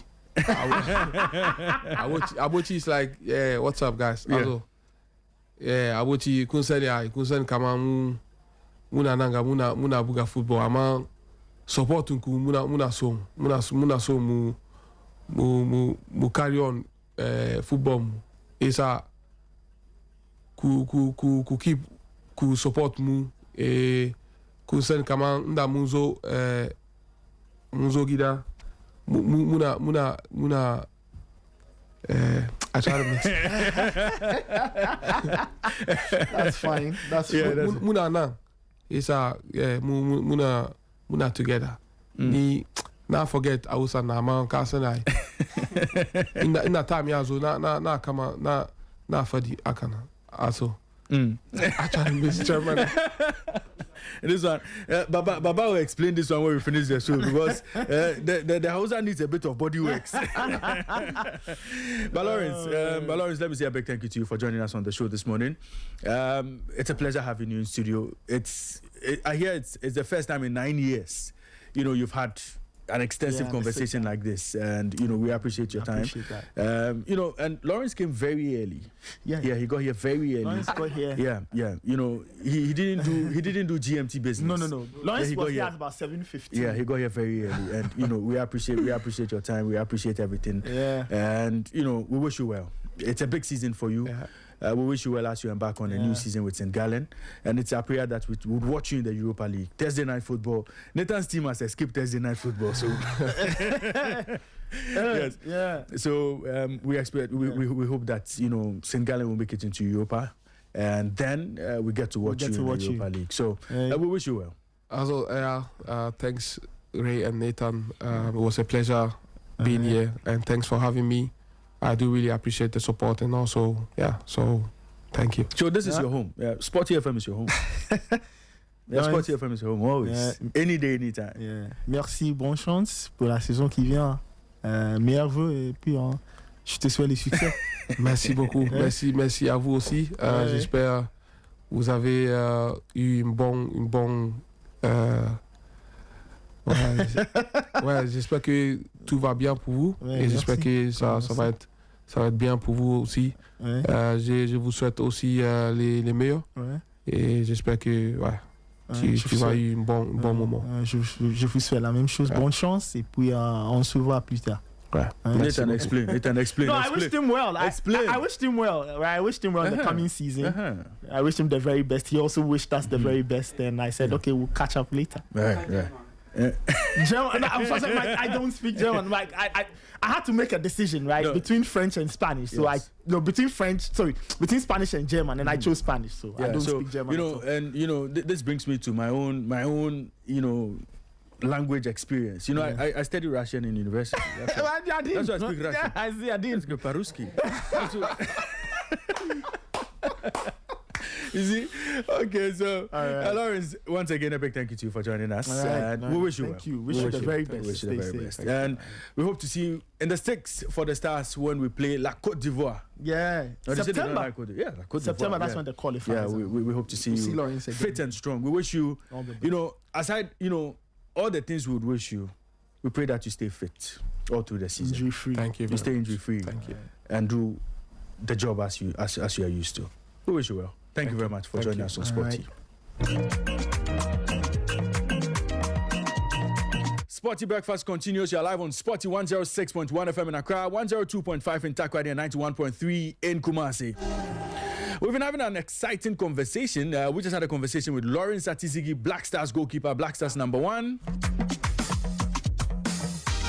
Well, if you have any other questions for Lawrence Ati Zigi, you can wait. When you meet him somewhere, you can ask him.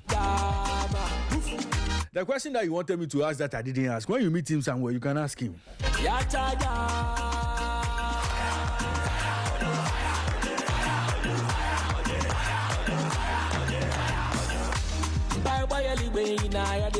Sporty Breakfast continues. We'll get into a bit of everything that happened over the weekend. Argentina, they have progressed to the semi-finals of the competition. The Three Lions of England, they also did a job against Norway. Erling Haaland and his men could not overcome the Three Lions of England.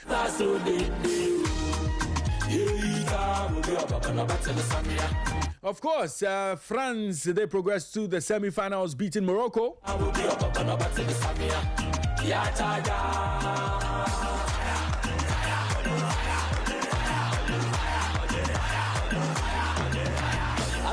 And then Spain also made it to the semi-finals of the competition.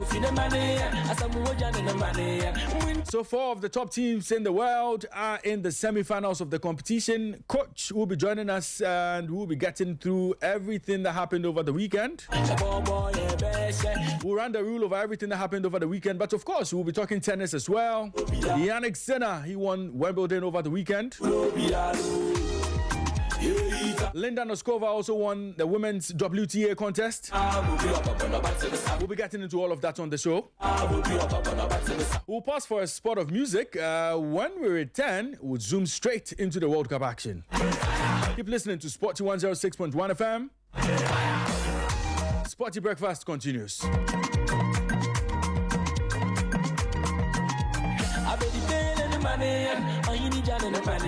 I say, go fine money, I say, move on in the money.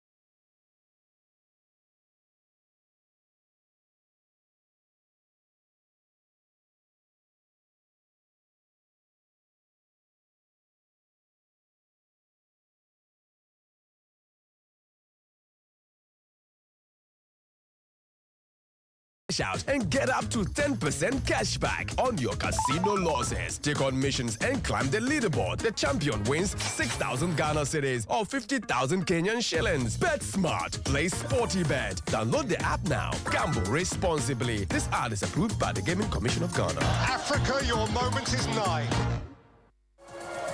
The greatest show on turf. The world's biggest football is here. The 2026 FIFA World Cup. Vamos! 3 nations, 1 stage, 1 dream. From the opening whistle to the final roar. From moments that stop time to moments that create legends. Every goal, every upset, every celebration, every unforgettable story. This is football at its biggest, and Sporty FM is bringing you closer to every second. Empowering your World Cup experience. Coca-Cola, feel it all. Pepsodent, do too. Right day and night. Club beer. Cheers to our Chalet, Didi Jollof, Didi Nasan Brebium, and Handy Farms. More than a farm, Ghana's mango, elevated from farm to table. The 2026 FIFA World Cup. Don't just watch it, live it with Sporty FM, the voice of sport. The biggest ever seen on planet Earth.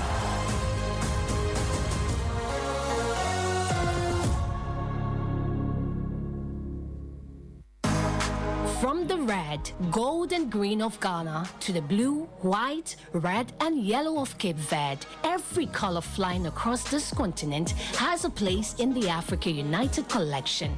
Jerseys, cargo pants, crop tops, bomber jackets, athleisure made right here on home soil. Because when your team runs out onto that pitch, you should feel it in what you have on. Find your World Cup kits at the Nije House in Jolu, besides the Abelempe traffic lights. Order online or call for delivery. Corporate and bulk orders are welcome. Call or WhatsApp 059-856-5420 or visit therepublicofafrica.com. Republic of Africa, uniting all of Africa's believers.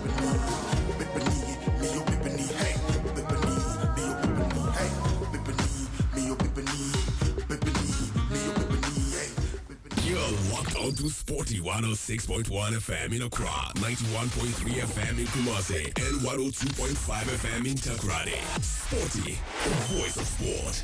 Yep, this is Sporty FM. This is Sporty Breakfast. 5 minutes after 9, this is still the Sporty Breakfast. Your comments are welcome. 054-257-1061, 054-257-1061.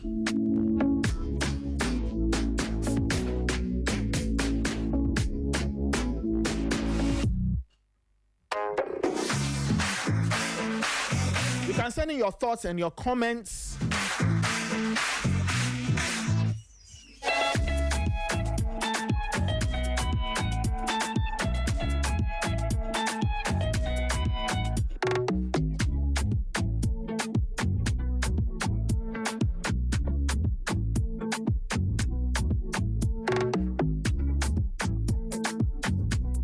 You can send in your comments 054-257-1061, 054-257-1061. The World Cup semi-finals are set. We now know the identities of the 4 teams who will be contesting the last 4. After this, this is really a point of no return, really.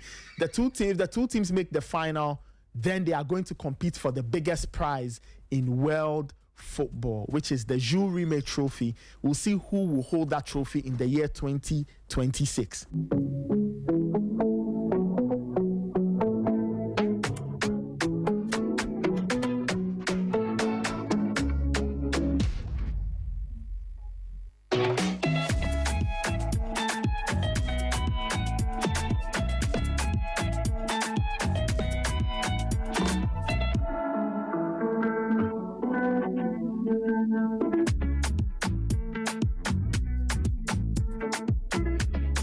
All right, 7 minutes after 9.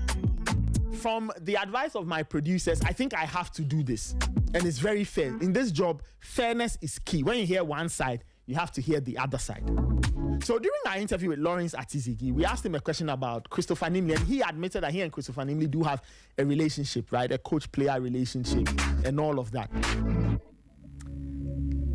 And he did say that he felt that Coach Nimli was tough and harsh on him. He felt the criticism was personal. So last week Friday, Coach Christopher Nimli was supposed to come in, but he had a personal engagement, so he didn't. This Friday, God willing, he will be here.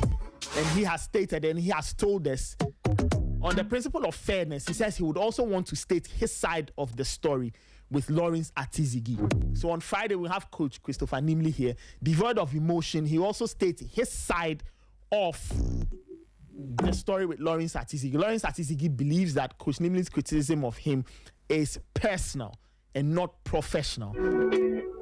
Now, Coach Christopher Nimli also believes that that is an unfair thing to say, because in saying that his criticism of him is personal, it makes it look like it's never founded on anything. So on Friday, Coach Christopher Nimli says he will be here to also state his point of view, or to state his side of the story in relation with Lawrence Ati Zigi. All right, so I've done what is fair and what is right. So Friday, we'll hear Coach's side and then we'll pick up the bones from there. Anyway, another coach is in studio, Coach Kwabena Danso, the man of the people. He's also here. Last week, Friday, we decided to take an interesting detour. Coach took us into the world of mixed martial arts, into the world of the UFC.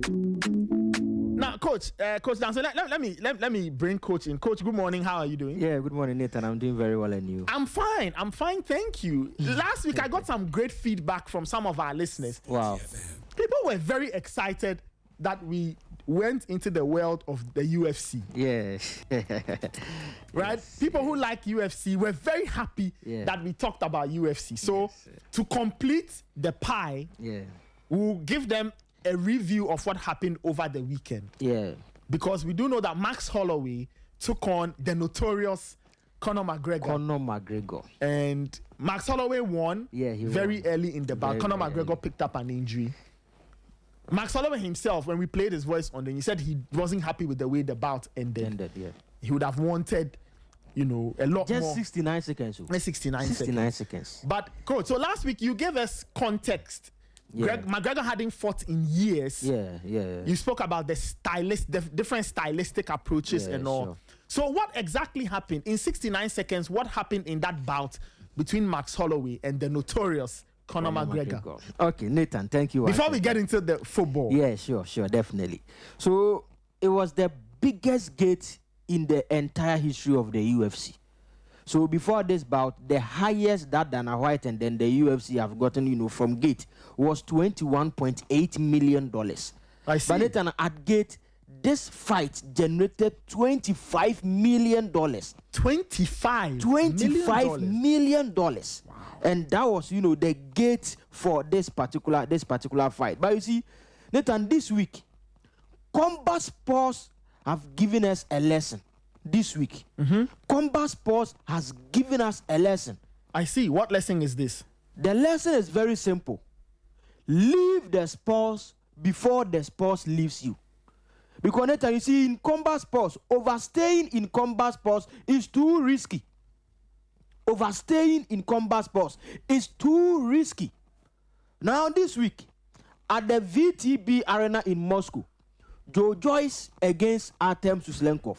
Let's not forget in boxing. So I want us to begin from boxing. We enter into the UFC, and then from there we come into football. So at the VTB Arena in Moscow, Russia, Joe Joyce fought. Joe Joyce lost. Now for Joe Joyce, he is a boxer that most people, including myself, Nathan, thinks that at this point in time, he should have, left the sport of boxing long ago. That is why I'm saying this week, combat sports gave us a lesson that leave the sports before the sports leaves you. Now you see, Joe Joyce started as an Olympian, and in the Olympic Games in 2016 in Rio de Janeiro, Brazil, you see, he won silver. He lost in the final to Tonyoka. And even with that particular fight, most people, including myself, felt that Joe Joyce should have won it. So he lost, and then he won silver in the super heavyweight category in the 2016 Olympic Games. Now for the UK, they've seen a similar story before.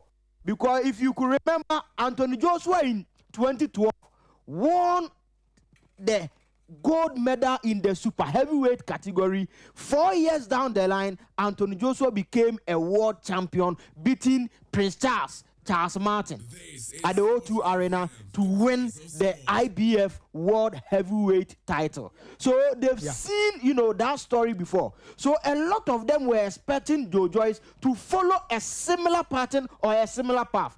And to be honest with you, he started very, very well. So in the first 15 bouts that Joe Joyce fought, he won all of the 15. The interesting thing, Nathan, is that in the first 15, Joe Joyce knocked out Carlos Takam in round 6 for the WBC Silver, WBO International Heavyweight, and then the Commonwealth Boxing Council Heavyweight titles. So he knocked out Carlos Takam in round 6. Again, he knocked out Daniel Dubois, the Dynamite, in round 10. And that fight, it was the first loss to DDD, the Dynamite. And you see, it was from a powerful left jab. And that jab fractured, the eye socket of Daniel Dubois. Wow. So Daniel Dubois was unable to continue. The ringside, doctors came around, they examined it, and they said, no, you cannot continue. So Daniel Dubois eventually took a knee and decided not to continue with that particular bout again. So Joe Joyce beat Daniel Dubois, and it was an all-British affair. Yeah. At that point, the two guys were the top two in terms of the biggest prospects, from UK. Joe Joyce, Daniel Dubois. And Joe Joyce knocked out Daniel Dubois in round 10. So most people felt that he can win, a world title for the UK. After that win, he even beat Joseph Parker.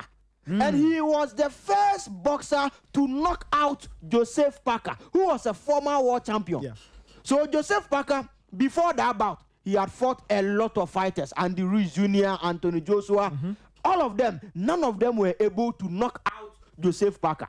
But after Joseph Parker, after he fought against Joe Joyce, in that bout, Joe Joyce was able to knock out Joseph Parker. And that knockout was devastating.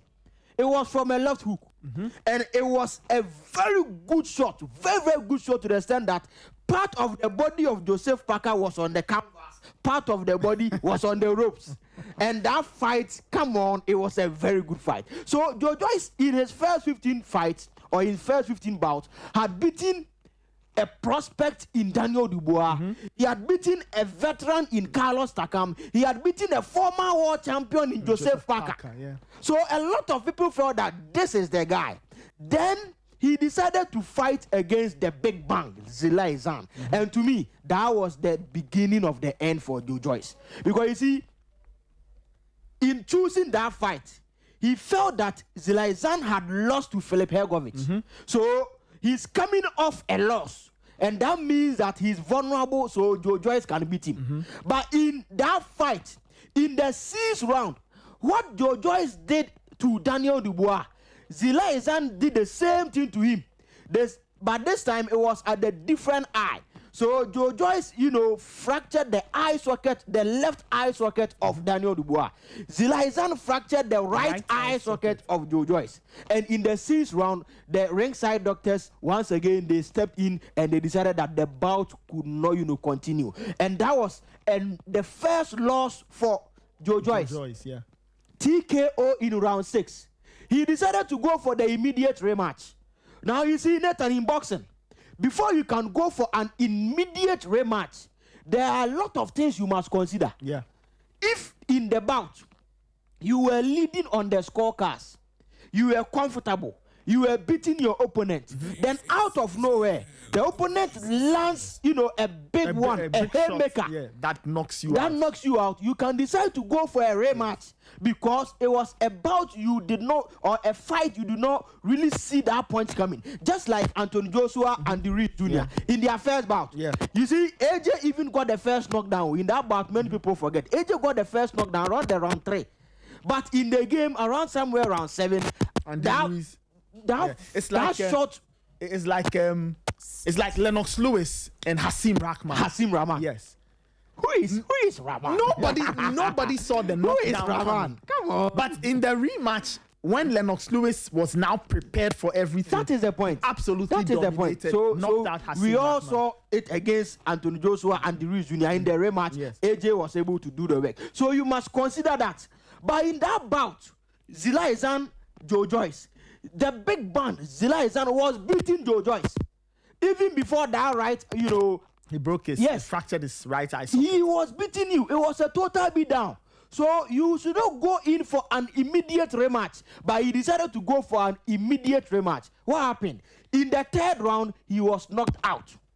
So the first bout was in the 6th round. Even with that one, it was the ringside doctors who stepped in. But this time, in the immediate rematch, in the 3rd round, the big bank Zila Izan knocked out Joe Joyce. So coming, from those 2 losses to the big bang, to me, he did not really recover from that moment onwards. And after that, he lost to Del Boy, Derek Chisora. Yeah, Chisora. He lost to Philip Hergovich. In his last 2 fights, he had lost to these 2 guys. And then he decided to fight again, this time Artem Suslenkov, in the VTB arena in Moscow, Russia. What happened? In the round 11, I've not really seen this type of stoppage before. In the round 11, where they were exchanging blows, Joe Joyce raised up his hand, told the referee that no, I cannot continue again. But to me, that referee must be a little bit investigated. Why? Because when Joe Joyce did that, he saw it, but decided to allow the fight to continue. So Artem Suslenkov landed left hook, right, left, before the referee eventually came in and said, okay, now enough is enough. So to me, the end of the road for the juggernaut, Joe Joyce. I would never recommend him to step foot in the ring again. No. And anything, just in line with this. Yeah. In line with this, if you go through some of the quotes, Frank Warren, Queensbury. who is Joe Joyce's promoter. Yeah, Queensbury. He's saying that Joe Joyce needs to have a serious think about the future. That is the point. Anthony Fowler, who was a Great Britain teammate of Joe Joyce in the Rio 2016 Olympics, also tweeted that, quote, "What a sad end to Joe's career. It's a shame to see him go out like that," end quote. So he started very well, very bright. Now that career that Daniel Dubois is having, 2-time world champion, that could have been Joe Joyce, because he was the first guy to knock out that Daniel Dubois in that prospect Joe Joyce versus prospect dynamite Daniel Dubois. He knocked him out. So a lot of people were expecting, that career for him, but he never was able to get to that level to win a world title. It's a shame, but to me, he should accept it. Leave the sports before the sports leaves you. This is combat sports. You see, it's very, very important. This is combat sports. It's not football. For football, it is 11 players. So even if the game has left you, the other 10 can do certain things to support you.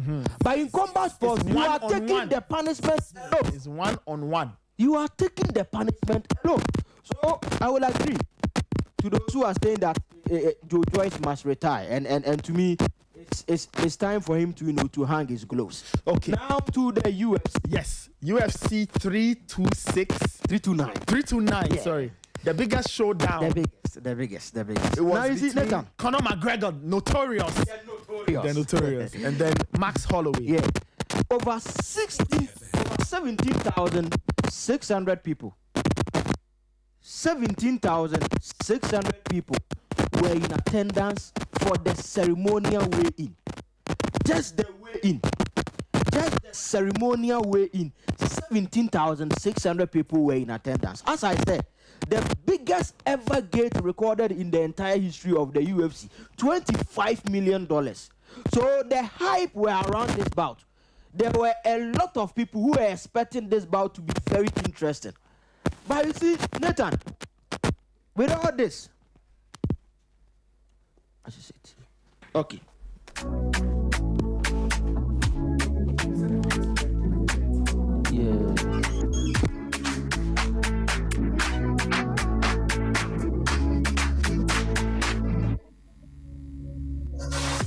All right, time check is 9:22. We'll rectify Coach Danso's lapel audio. But yeah, Coach has access to another mic. Coach, we are talking about the ceremonial weigh-in. Yeah, sure. So as I said, after that weigh-in, about 17,600 people in attendance, and the biggest gate in the entire issue of the UFC. Nathan, a lot of people, including myself, were expecting a very entertaining fight. But you see, beyond this, there were doubts too. Because people doubted that can Conor McGregor really put up a very good performance, because he's been inactive of late. Now let me run you through this later. From 2016, in fact, in 2016, Conor McGregor fought 3 times in 2016. He lost via submission, a rear naked choke to Nate Diaz. He beat Nate Diaz in the rematch, and he knocked out Eddie Alvarez in 2016. So he fought 3 times in the year 2016, lost 1 to Nate Diaz, avenged that loss, and then knocked out Eddie Alvarez by punches. Now, the following year was 2017. In that year, he did not fight in the UFC. Why? Because he had the biggest check of his life, Mayweather McGregor. Okay. 2017. 2017. Somewhere around August. So, in 2017, Conor McGregor did not compete in the UFC. Rather, he competed in boxing against one of the greats in Floyd Mayweather Jr. Yeah.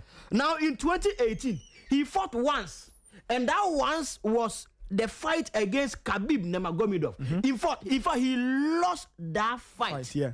In that fight, in terms of strikes between Khabib Nurmagomedov and then Conor McGregor, Nathan, it was similar. But in terms of the takedowns, that was the point where Khabib used to win the game.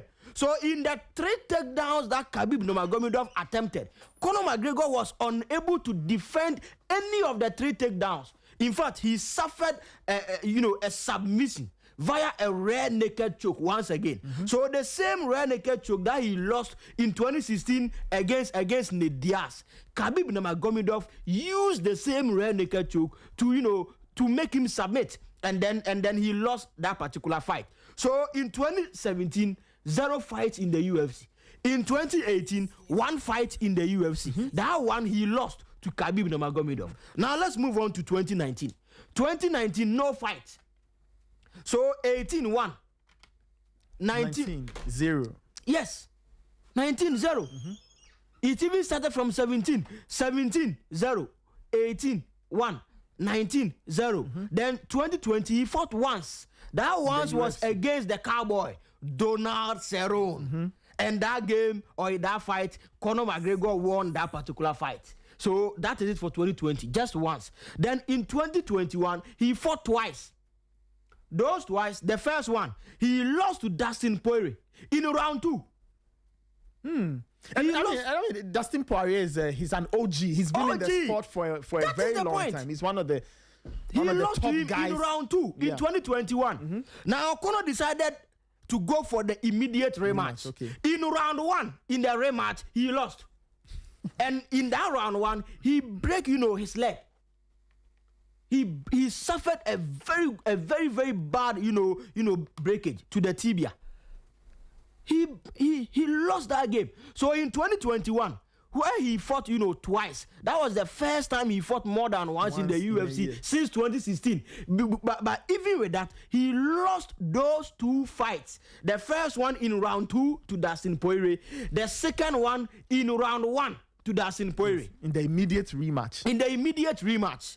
Now, since that time, he had never stepped foot in the octagon to fight as a UFC fighter since 2021, and he decided to fight this time against Max Holloway. And you see, it was the first fight for Max Holloway in the welterweight division. But for Conor McGregor, we all know that from the featherweight, he was a champion. He won some fights via knockout. For the lightweight, he was a champion. He won some fights via knockout. And then at the welterweight division too, he won fights there via knockout. So he had been through the ranks, featherweight, lightweight, and then the welterweight. But for Max Holloway, it was the first time he was stepping foot as a welterweight. Most of the time he fights as either a featherweight or a lightweight.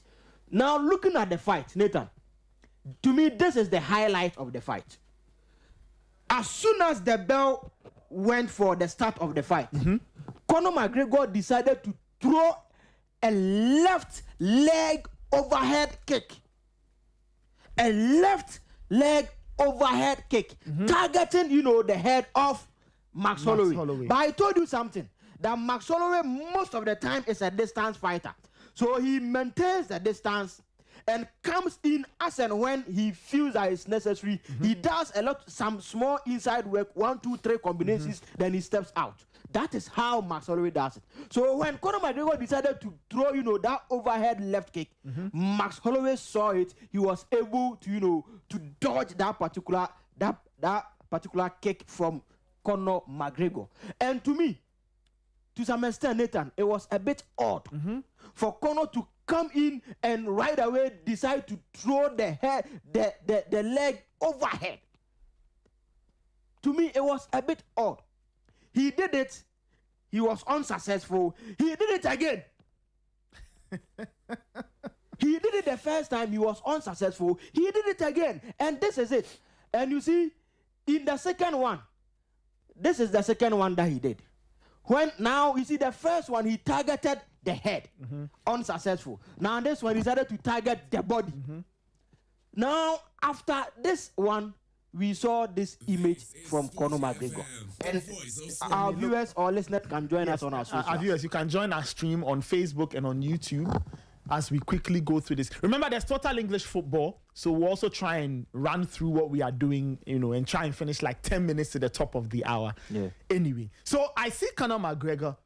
Looks like he's holding the right knee area. You see, before you can throw a left overhead, it means that you must put all the power on your right, because that is the standing leg, or the planting leg, is your pivot leg. So all the force must be in this. Yes. Now, for a fighter who since 2021 has never stepped foot in the octagon, doing some of these things, Nathan, you must be very, very careful. Because the moment you give too much power to the knee, you will be in trouble. And that is what Conor McGregor did not really factor. You see, in the dressing room, after the game, UFC released footages from the dressing room. In the dressing room, he was, he was training on some of these things. So he was rehearsing them. That overhead kick, he was rehearsing them in the dressing room. Now he decided to bring it straight away in round 1. As soon as the bell went, he decided to do that. But he gave too much power to the plant foot, which is the right. And now there are concerns about suspected knee ligament damage. Yes, ACL. And even Dana White spoke about it, that he thinks that it's an ACL injury. And to me, this ending of the notorious Conor McGregor shouldn't have even happened in the first place. After that fat check against Mayweather, after that fat check against Khabib Nurmagomedov, come on, why must you come back again? Just protect your legacy. In combat sports, leave the sports before the sports leaves you.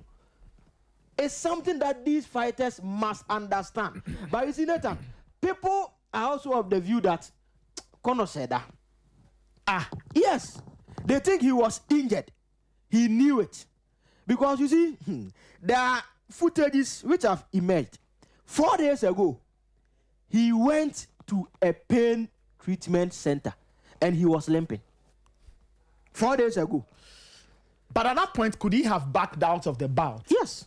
But he didn't back out. He didn't. He decided to still go. There are fighters who even back out a day before the fight, even on fight day. It happens. Once you are not fit, once you are injured, you can decide to. Or what will happen is that the fight will be rescheduled and then to a later date. So Conor, people think that he knew that this was always going to happen, and especially how he decided to throw those left overhead kicks twice in a row, just without even using his hands. Because you see, for Conor McGregor, most of the knockouts that he gets is through his hands.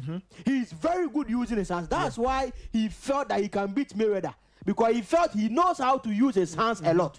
So for you, who is a master in terms of throwing punches, comes into the octagon, immediately decides to throw overhead kicks and now you know, you sit down saying that you are injured. So many people think that Conor McGregor was faking it, and that he knew that he had that injury, but because of the purse, because of the money, he decided to go in. But Nathan, you see, this is the money involved in this particular fight too. Can you say you won't fight? So there's a chart, listeners and viewers, there's a chart on my screen. Yes. I see Conor McGregor and Max Holloway at the very top. It's like a split chart. It's like a piece of paper that's been folded into 8 squares. Yeah. So Conor McGregor is on the very top left square. There's $30 million attached to his image. Yes. Max Holloway, $3 million. And then Paddy Pimblett is 850,000. So now let me end on these 3. Conor, Max Holloway, Paddy Pimblett. Looking at Conor McGregor, Nathan, that 69 seconds fight is making him $30 million richer. Just 69 seconds, but he's getting $30 million. Now he has already received $16 million. And there's pay-per-view of $14 million. For the listeners, when we say pay-per-view, it's the money that comes from subscription, if you like. So those who subscribe to the fight. In the Western world, a lot of these things are not on regular TV. You have to pay to get the fight, to watch the fight. So adding the 14 million from PPV, and then the 16 he had already, received in his bank is $30 million for the notorious Conor McGregor. Now let's look at this guy, Max Holloway. He's receiving just $3 million. But even with that $3 million that I am saying just, it is not just. It is not just. So it was a fight which a lot of money was involved, and to me, it's part of the reasons the notorious decided to fight this one. But on the night, I think if there's a winner, then it is this guy, Paddy Pimblett. Now you see, Nathan, for Paddy Pimblett, although he received $850,000 on the night, but to me, he was the winner. You see, as a fighter, he went on a very good winning streak. Very, very, very good winning streak. But in the lightweight division, the lightweight championship, Justin Gaethje against Paddy Pimblett, with the lightweight title on the line, he lost to Justin Gaethje. He lost to Justin Gaethje. And at a point, he said that he even decided to quit the UFC. But after seeing Justin Gaethje beating Ilia Topuria, because for Ilia Topuria in the UFC, come on, he's a top guy, the Spaniard. Top guy. So when he saw Justin Gaethje beating Ilia Topuria, he felt that, hey, if Gaethje, who beat me, has been able to beat Topuria, then I was not bad. Because for Paddy Pimblett, he did not knock him out. But for Ilia Topuria, he knocked him out. So he felt that, okay, then there's some chance for me to become a champion in the UFC. So let me go into this fight with full force. And he was able to, to beat Benoit Saint Denis. And after beating him, now the road is clear for Paddy Pimblett. Now he can fight against Ilia Topuria. He can fight Justin Gaethje in a rematch, because now in the lightweight division, Justin Gaethje is the champion. So Paddy Pimblett, Justin Gaethje too is lucrative now. Paddy Pimblett, Ilia Topuria is lucrative. Even against Arman Sarukian, they can fight. Charles Oliveira and even Max Holloway, who just beat, Conor McGregor. So now the road is clear for this guy, Paddy Pimblett. And to me, Nathan, on that fight night, on that card, if there's one fighter that I would say that he won on the night, to me, Nathan, it is this guy called Paddy Pimblett, because after his win, now in the lightweight division, he has a lot of options. There are a lot of fights to be made. He can fight Justin Gaethje in a lightweight rematch championship. He can fight Ilia Topuria. He can fight Arman Sarukian, even Charles Oliveira, and then Max Holloway. So to me, he was the winner of the night. Now, away from boxing, away from UFC, let's get into football. Let's get into football. Time check is 9:37. So over the weekend, Coach, we had I don't know what our focus is this morning. Now we are going to focus on the post-match interview of the English manager. Thomas Tuchel. I've seen that it's generated a lot of talking points. You see, he made 2. I decided to give you the analysis of one and give my brother V Power the analysis of the other. Okay, so you are sharing. Yes, we are sharing. Your I am going to give you the analysis of what he said, which was to me tactical. Then in the afternoon on the Copa Mundo show, I'll give the analysis of what he said, which to me was psychological. So this morning we are going to look at what he said, which was tactical. Okay. So before we get into the breakdowns, let's listen to Thomas Tuchel. Let's watch Thomas Tuchel explaining a concept to us. After that, then we will analyze it one after the other. Thomas Tuchel, the manager for England. Okay. All right. Let's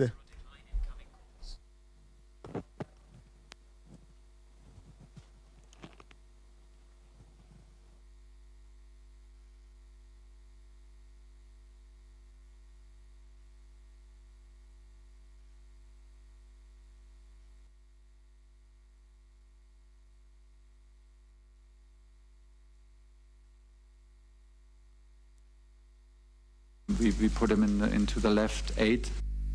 Okay, all right. Let's go to the very beginning. Yeah. Let's hear from Thomas Tuchel. A few words about the tactical performance of Jude Bellingham, because he plays different position on the pitch overall the game. And what was his specific position when Morgan Rogers enters the pitch? Thank you. So Jude started on the right 10, and when we did the changes at halftime, we put him into the left 8. More 8-10, but that puts him.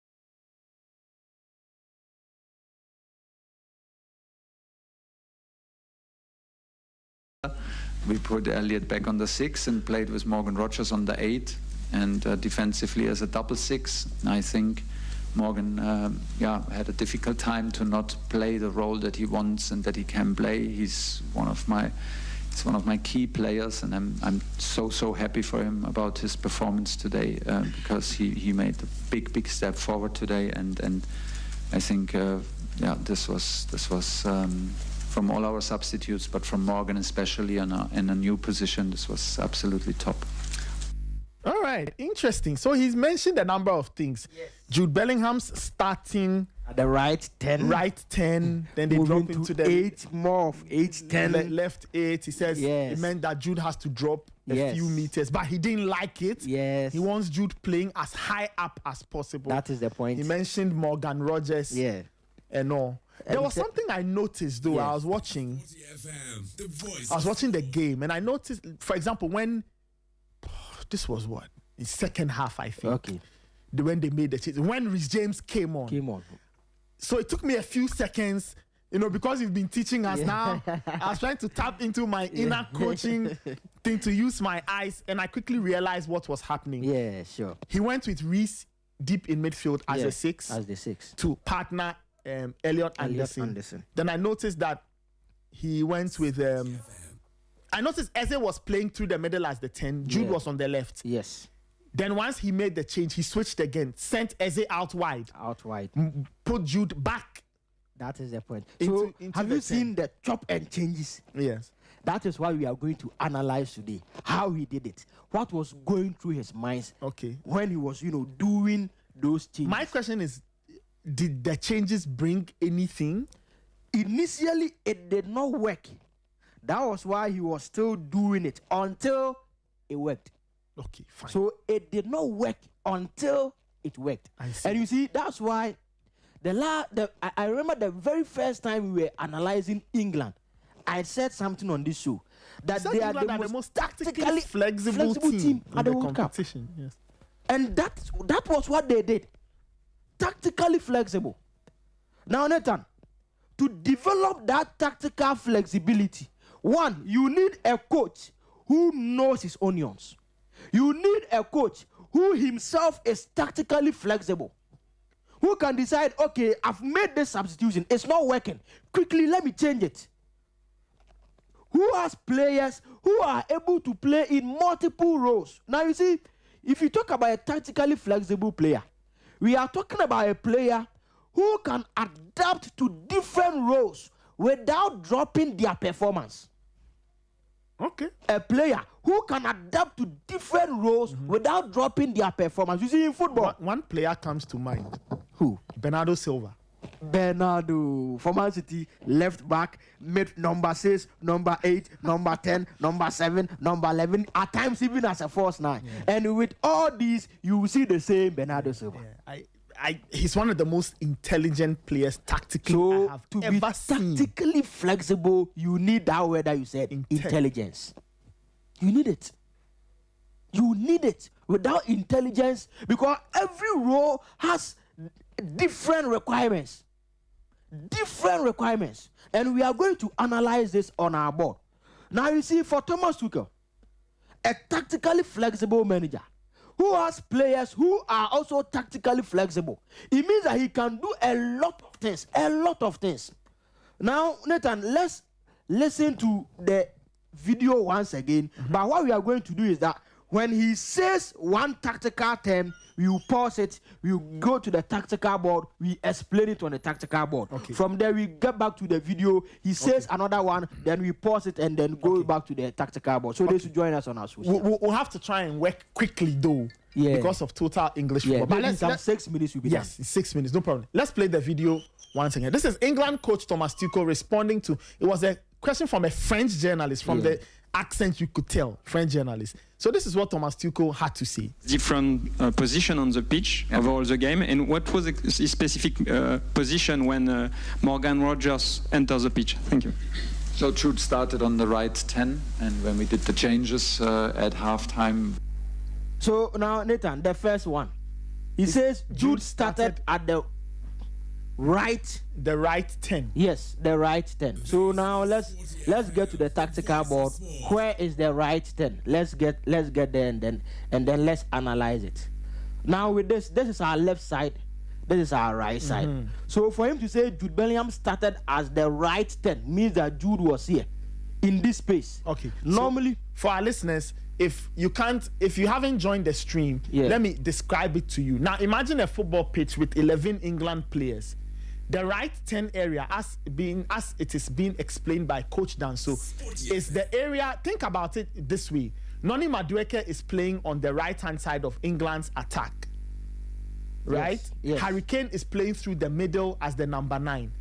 The right 10 area, you can call it almost in between Harry Kane and Jude Bellingham. So the area that exists in between Harry Kane and Noni Madueke. The area between Harry Kane and Noni Madueke, that pass is what you broadly call the right 10. The right 10. Because Jude is occupying, because let me go back to the lessons you can see that the half space. The half space, the right half space. Very good. So now Jude is playing in this position, the right half space. Okay. Broadly on the tactical board is between the left back and the left centre back. Yes. Okay. So he was playing here. Now for England, they have a player who can play here on the left half space, and that is Nico O'Reilly. Because for Man City, he does that. You see, he has that ability to get into the box from these positions. Mind you, O'Reilly was a typical number 10 and Enzo Maresca in the EDS of Man City. So he is able to play here. So for England and for Man City, you will see O'Reilly starting as a left back, but he will play as the left 10. And that is why Jude must play as the right 10. So they will get a back three of John Stones, Gehi, Ezri Konsa. And then midfield 2, pivot of Declan Rice, Elliot Anderson. Nico O'Reilly in the left 10, Jude Bellingham right 10, Harry Kane up front with Anthony Gordon, Noni Madueke, Hagen the That looks touchline. like a 3-box-3. That is the point. Okay. 3, this is the box, and then 3. Okay. So that is the first thing that Thomas Tuchel said. Now let's listen to the next one. We put him into the left 8, more 8-10, but that puts him some meters deeper in the field, which was not ideal for us because I want him as high as possible up there on the pitch. Now he says after the changes, Jude was asked to play as a left 8, more deeper, and to him he did not like it because he wants Jude up, up. Now let's get to the tactical board. Let's explain it. So what was the change? The first change was a like for like change. Noni Madueke off for Bukayo Saka. And this is a like for like change. Why is it a like for like change? Because they play the same role, the same position. Just that there are two different profiles, but they play the same role. So it's a like for like change. Now the next change was Eze for Rice. Now Eze for Rice, two different profiles. They are not alike. That's not a like for like change. So this is a structural change. It means that he's going to change the structure of his team. So how is he going to change the structure? Now with Eze, it means that Eze will now play in that right 10 row, the right half space row, with Elliot Anderson and then Jude Bellingham. So with this, the manager said Jude was playing as the left 8. So it means that he will get to the left side. But why left 8 and not left 10? Because at the left 10 is Nico O'Reilly. So you must play as the left 8. So it means that you play behind O'Reilly. So in terms of the boss crashing ability, it is Nico O'Reilly who will be doing it. You, Jude Bellingham, you cannot be doing it. But when you were here, you'll be doing the boss crashing ability. So the difference in terms of row with the right 10 and then the left 8 is that for the right 10 you'll be in charge of the boss crashing ability, but for the left 8 you are not, because you have a left 10 in O'Reilly who will be doing that. But ask yourself, is Eze that type who will be making those boss crashing runs? No. So it means that this change was wrong. It means that this change was wrong. So if you are a tactically flexible manager, what must you do? Another change. Now let's listen to the change that he did. So with then we put in Reece James and Reece James on the 6. That freed up Elliot Anderson back on the 8, and we had Jude back on the right 10. And when we brought more. So now Reece James comes in. So Reece James is coming to solve this problem. Reece James for Anthony Gordon. Come on. Once you hear this change, you know it's a structural change, because Reece is a right back. Anthony Gordon is a winger. Is Reece James coming to play this role? No. So Reece James came in and played as the 6. That moved Eze to occupy the wider area. Now this area is free. It means that Jude Bellingham must come back. So now it took me about 2 minutes to realize the change, because initially when the board went up and I saw Reece's number for Gordon, I was wondering, but what is Tuchel trying to do? Because the first substitution was wrong. He got it wrong. So he wanted to correct that. After 2 minutes, then I quickly said, oh, I see what was happening, because I was beginning to ask, but why that? And then I quickly realized Eze had drifted to the left. Yes. Jude was now back almost as a support to Harry Kane. Yes. And then you had Reece James going into the middle, because it's not like England didn't make a change to the back line. No. And you see, this is the reason he did not play Kobe Mainoo. A lot of the Man U fans, why is Kobe Mainoo not getting minutes? Kobe plays more as an 8 than a 6. At this point, he wanted a 6.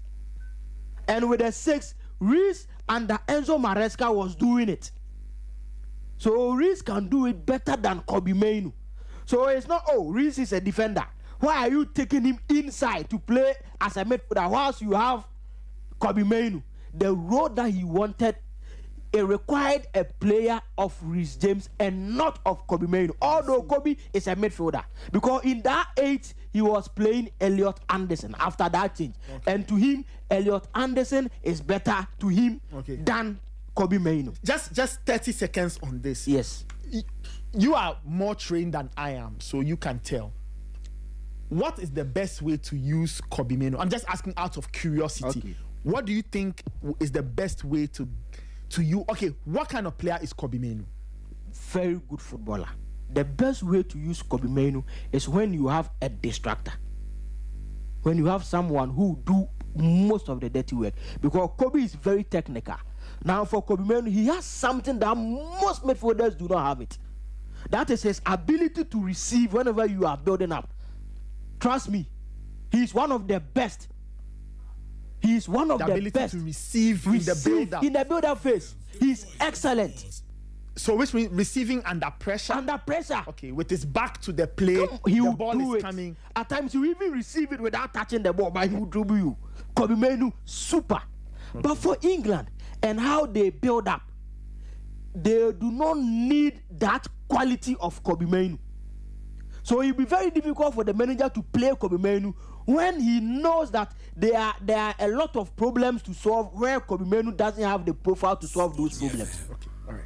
And that explains why for most of their games he's not. Okay, I'm just curious. So you're saying that for Kobe Mainoo to thrive, he needs a destroyer by him. Yeah. Somebody to do the heavy lifting. That's the he point. can do his things. Yeah. I see. Okay, I just wanted to understand. So next season, when I'm watching Manchester United, I should look out for that. They need a proper number 6. A number 6 to play with Kobe Mainoo so he can succeed. Let's get back to England. So now Bellingham back as at the right half space or the right 10 can do his boss crashing abilities. Elliot Anderson was now playing as a number 8, and then Reece James was playing as a number 6. Now the last bit of Rodgers, because we needed Reece James as a right defender.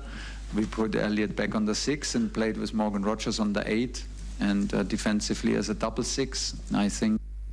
Now he says they needed Reece as a right back. So Konsa and then Reece will come back as a right back. And then Morgan Rodgers came on. This was when England were leading 2-1. Yes. And now this means that Elliot Anderson will drop and now play as the 6. The 6. And instead of him to play Morgan Rodgers as the 10 to replace Jude Bellingham, he remembered that he had made the same mistake, the same sap, where he put Bellingham as the left 8 and it did not work. So he's not going to do the same mistake again. So now this time, Morgan Rodgers rather will play as the 8 with Elliot Anderson. And he said that although Morgan Rodgers was playing in a role that he's not accustomed to, but he did very well in playing that role. Why? Because Morgan Rodgers thrives as a 10, either a left 10 or a right 10. The right 10, Jude Bellingham was there, and the manager was not willing to make the same mistake again. The left 10, he felt that Nico O'Reilly was doing very well, and that means that for you, Morgan Rodgers, you must now play as an 8. So this is the changes for the English national team. We've analyzed it. This is what Thomas Tuchel was thinking when he made those changes. Initially, he got it wrong. But since he's tactically flexible, since he has players who are tactically flexible, he corrected it once again, and that gave the victory to the Three Lions. Interesting stuff. Wow, interesting revelations from Coach Kwabena Danso, CAF licensee holder, and a video analyst, right? Let me read this message, Coach. This one, today we haven't done transfers. Maybe we can do transfers later. Yeah, sure. But let me read this one. This one says, tell Coach that in other transfer news, Coach Danso is being closely monitored by a club in East Africa and a top club in Ghana as a member of the backroom staff if a manager is announced. This one is one of my guys who sent it to me. Tell him that you are my manager. Yes. Somebody sent it to me. They're saying that you are being closely monitored. Interesting. So Thomas Tuchel had to make several changes at different points in the game to respond to what was happening, and those changes got England across the line. You mentioned that in the afternoon. Yeah. On Copa Mundo, you take us into the psychological aspect, because that was the first interview that he had after the game. Just after the game, he spoke about the psychological part of the game. Then in the post-match, he did something about the tactical aspect. Okay. So we've taken a deep dive into the tactical aspect. Now on the Copa Mundo, with V-Power, we are going to look at the psychological aspects. Okay, all right. Wonderful stuff. 9:57. We are wrapping it up here on the Sporty Breakfast. Many thanks to Coach Kwabena Danso. Many thanks to you, our listeners. Many thanks to my production team, Immortal, Nanekia, Angela, and Abigail. Thank you for all your calls, all your messages. Many shouts to Lawrence Ati Zigi, Black Stars goalkeeper, for joining us. It's not easy getting a Black Stars keeper to speak with. Lawrence made himself available. Thank you, Lawrence, to you and to your team. Thank you so much for your time. My name is Nathan Kwab. Coming up next is Total English Football with Angela Mensah. This has been the Sporty Breakfast. Before I leave, Rexona is saying that it is made for motion, it is made for you. Now remember that Rexona's motion sense technology has microscopic capsules that sit on your skin and burst with friction as you move, releasing extra bursts of freshness for every step you take and every move you make. Choose Rexona, choose protection that moves with you.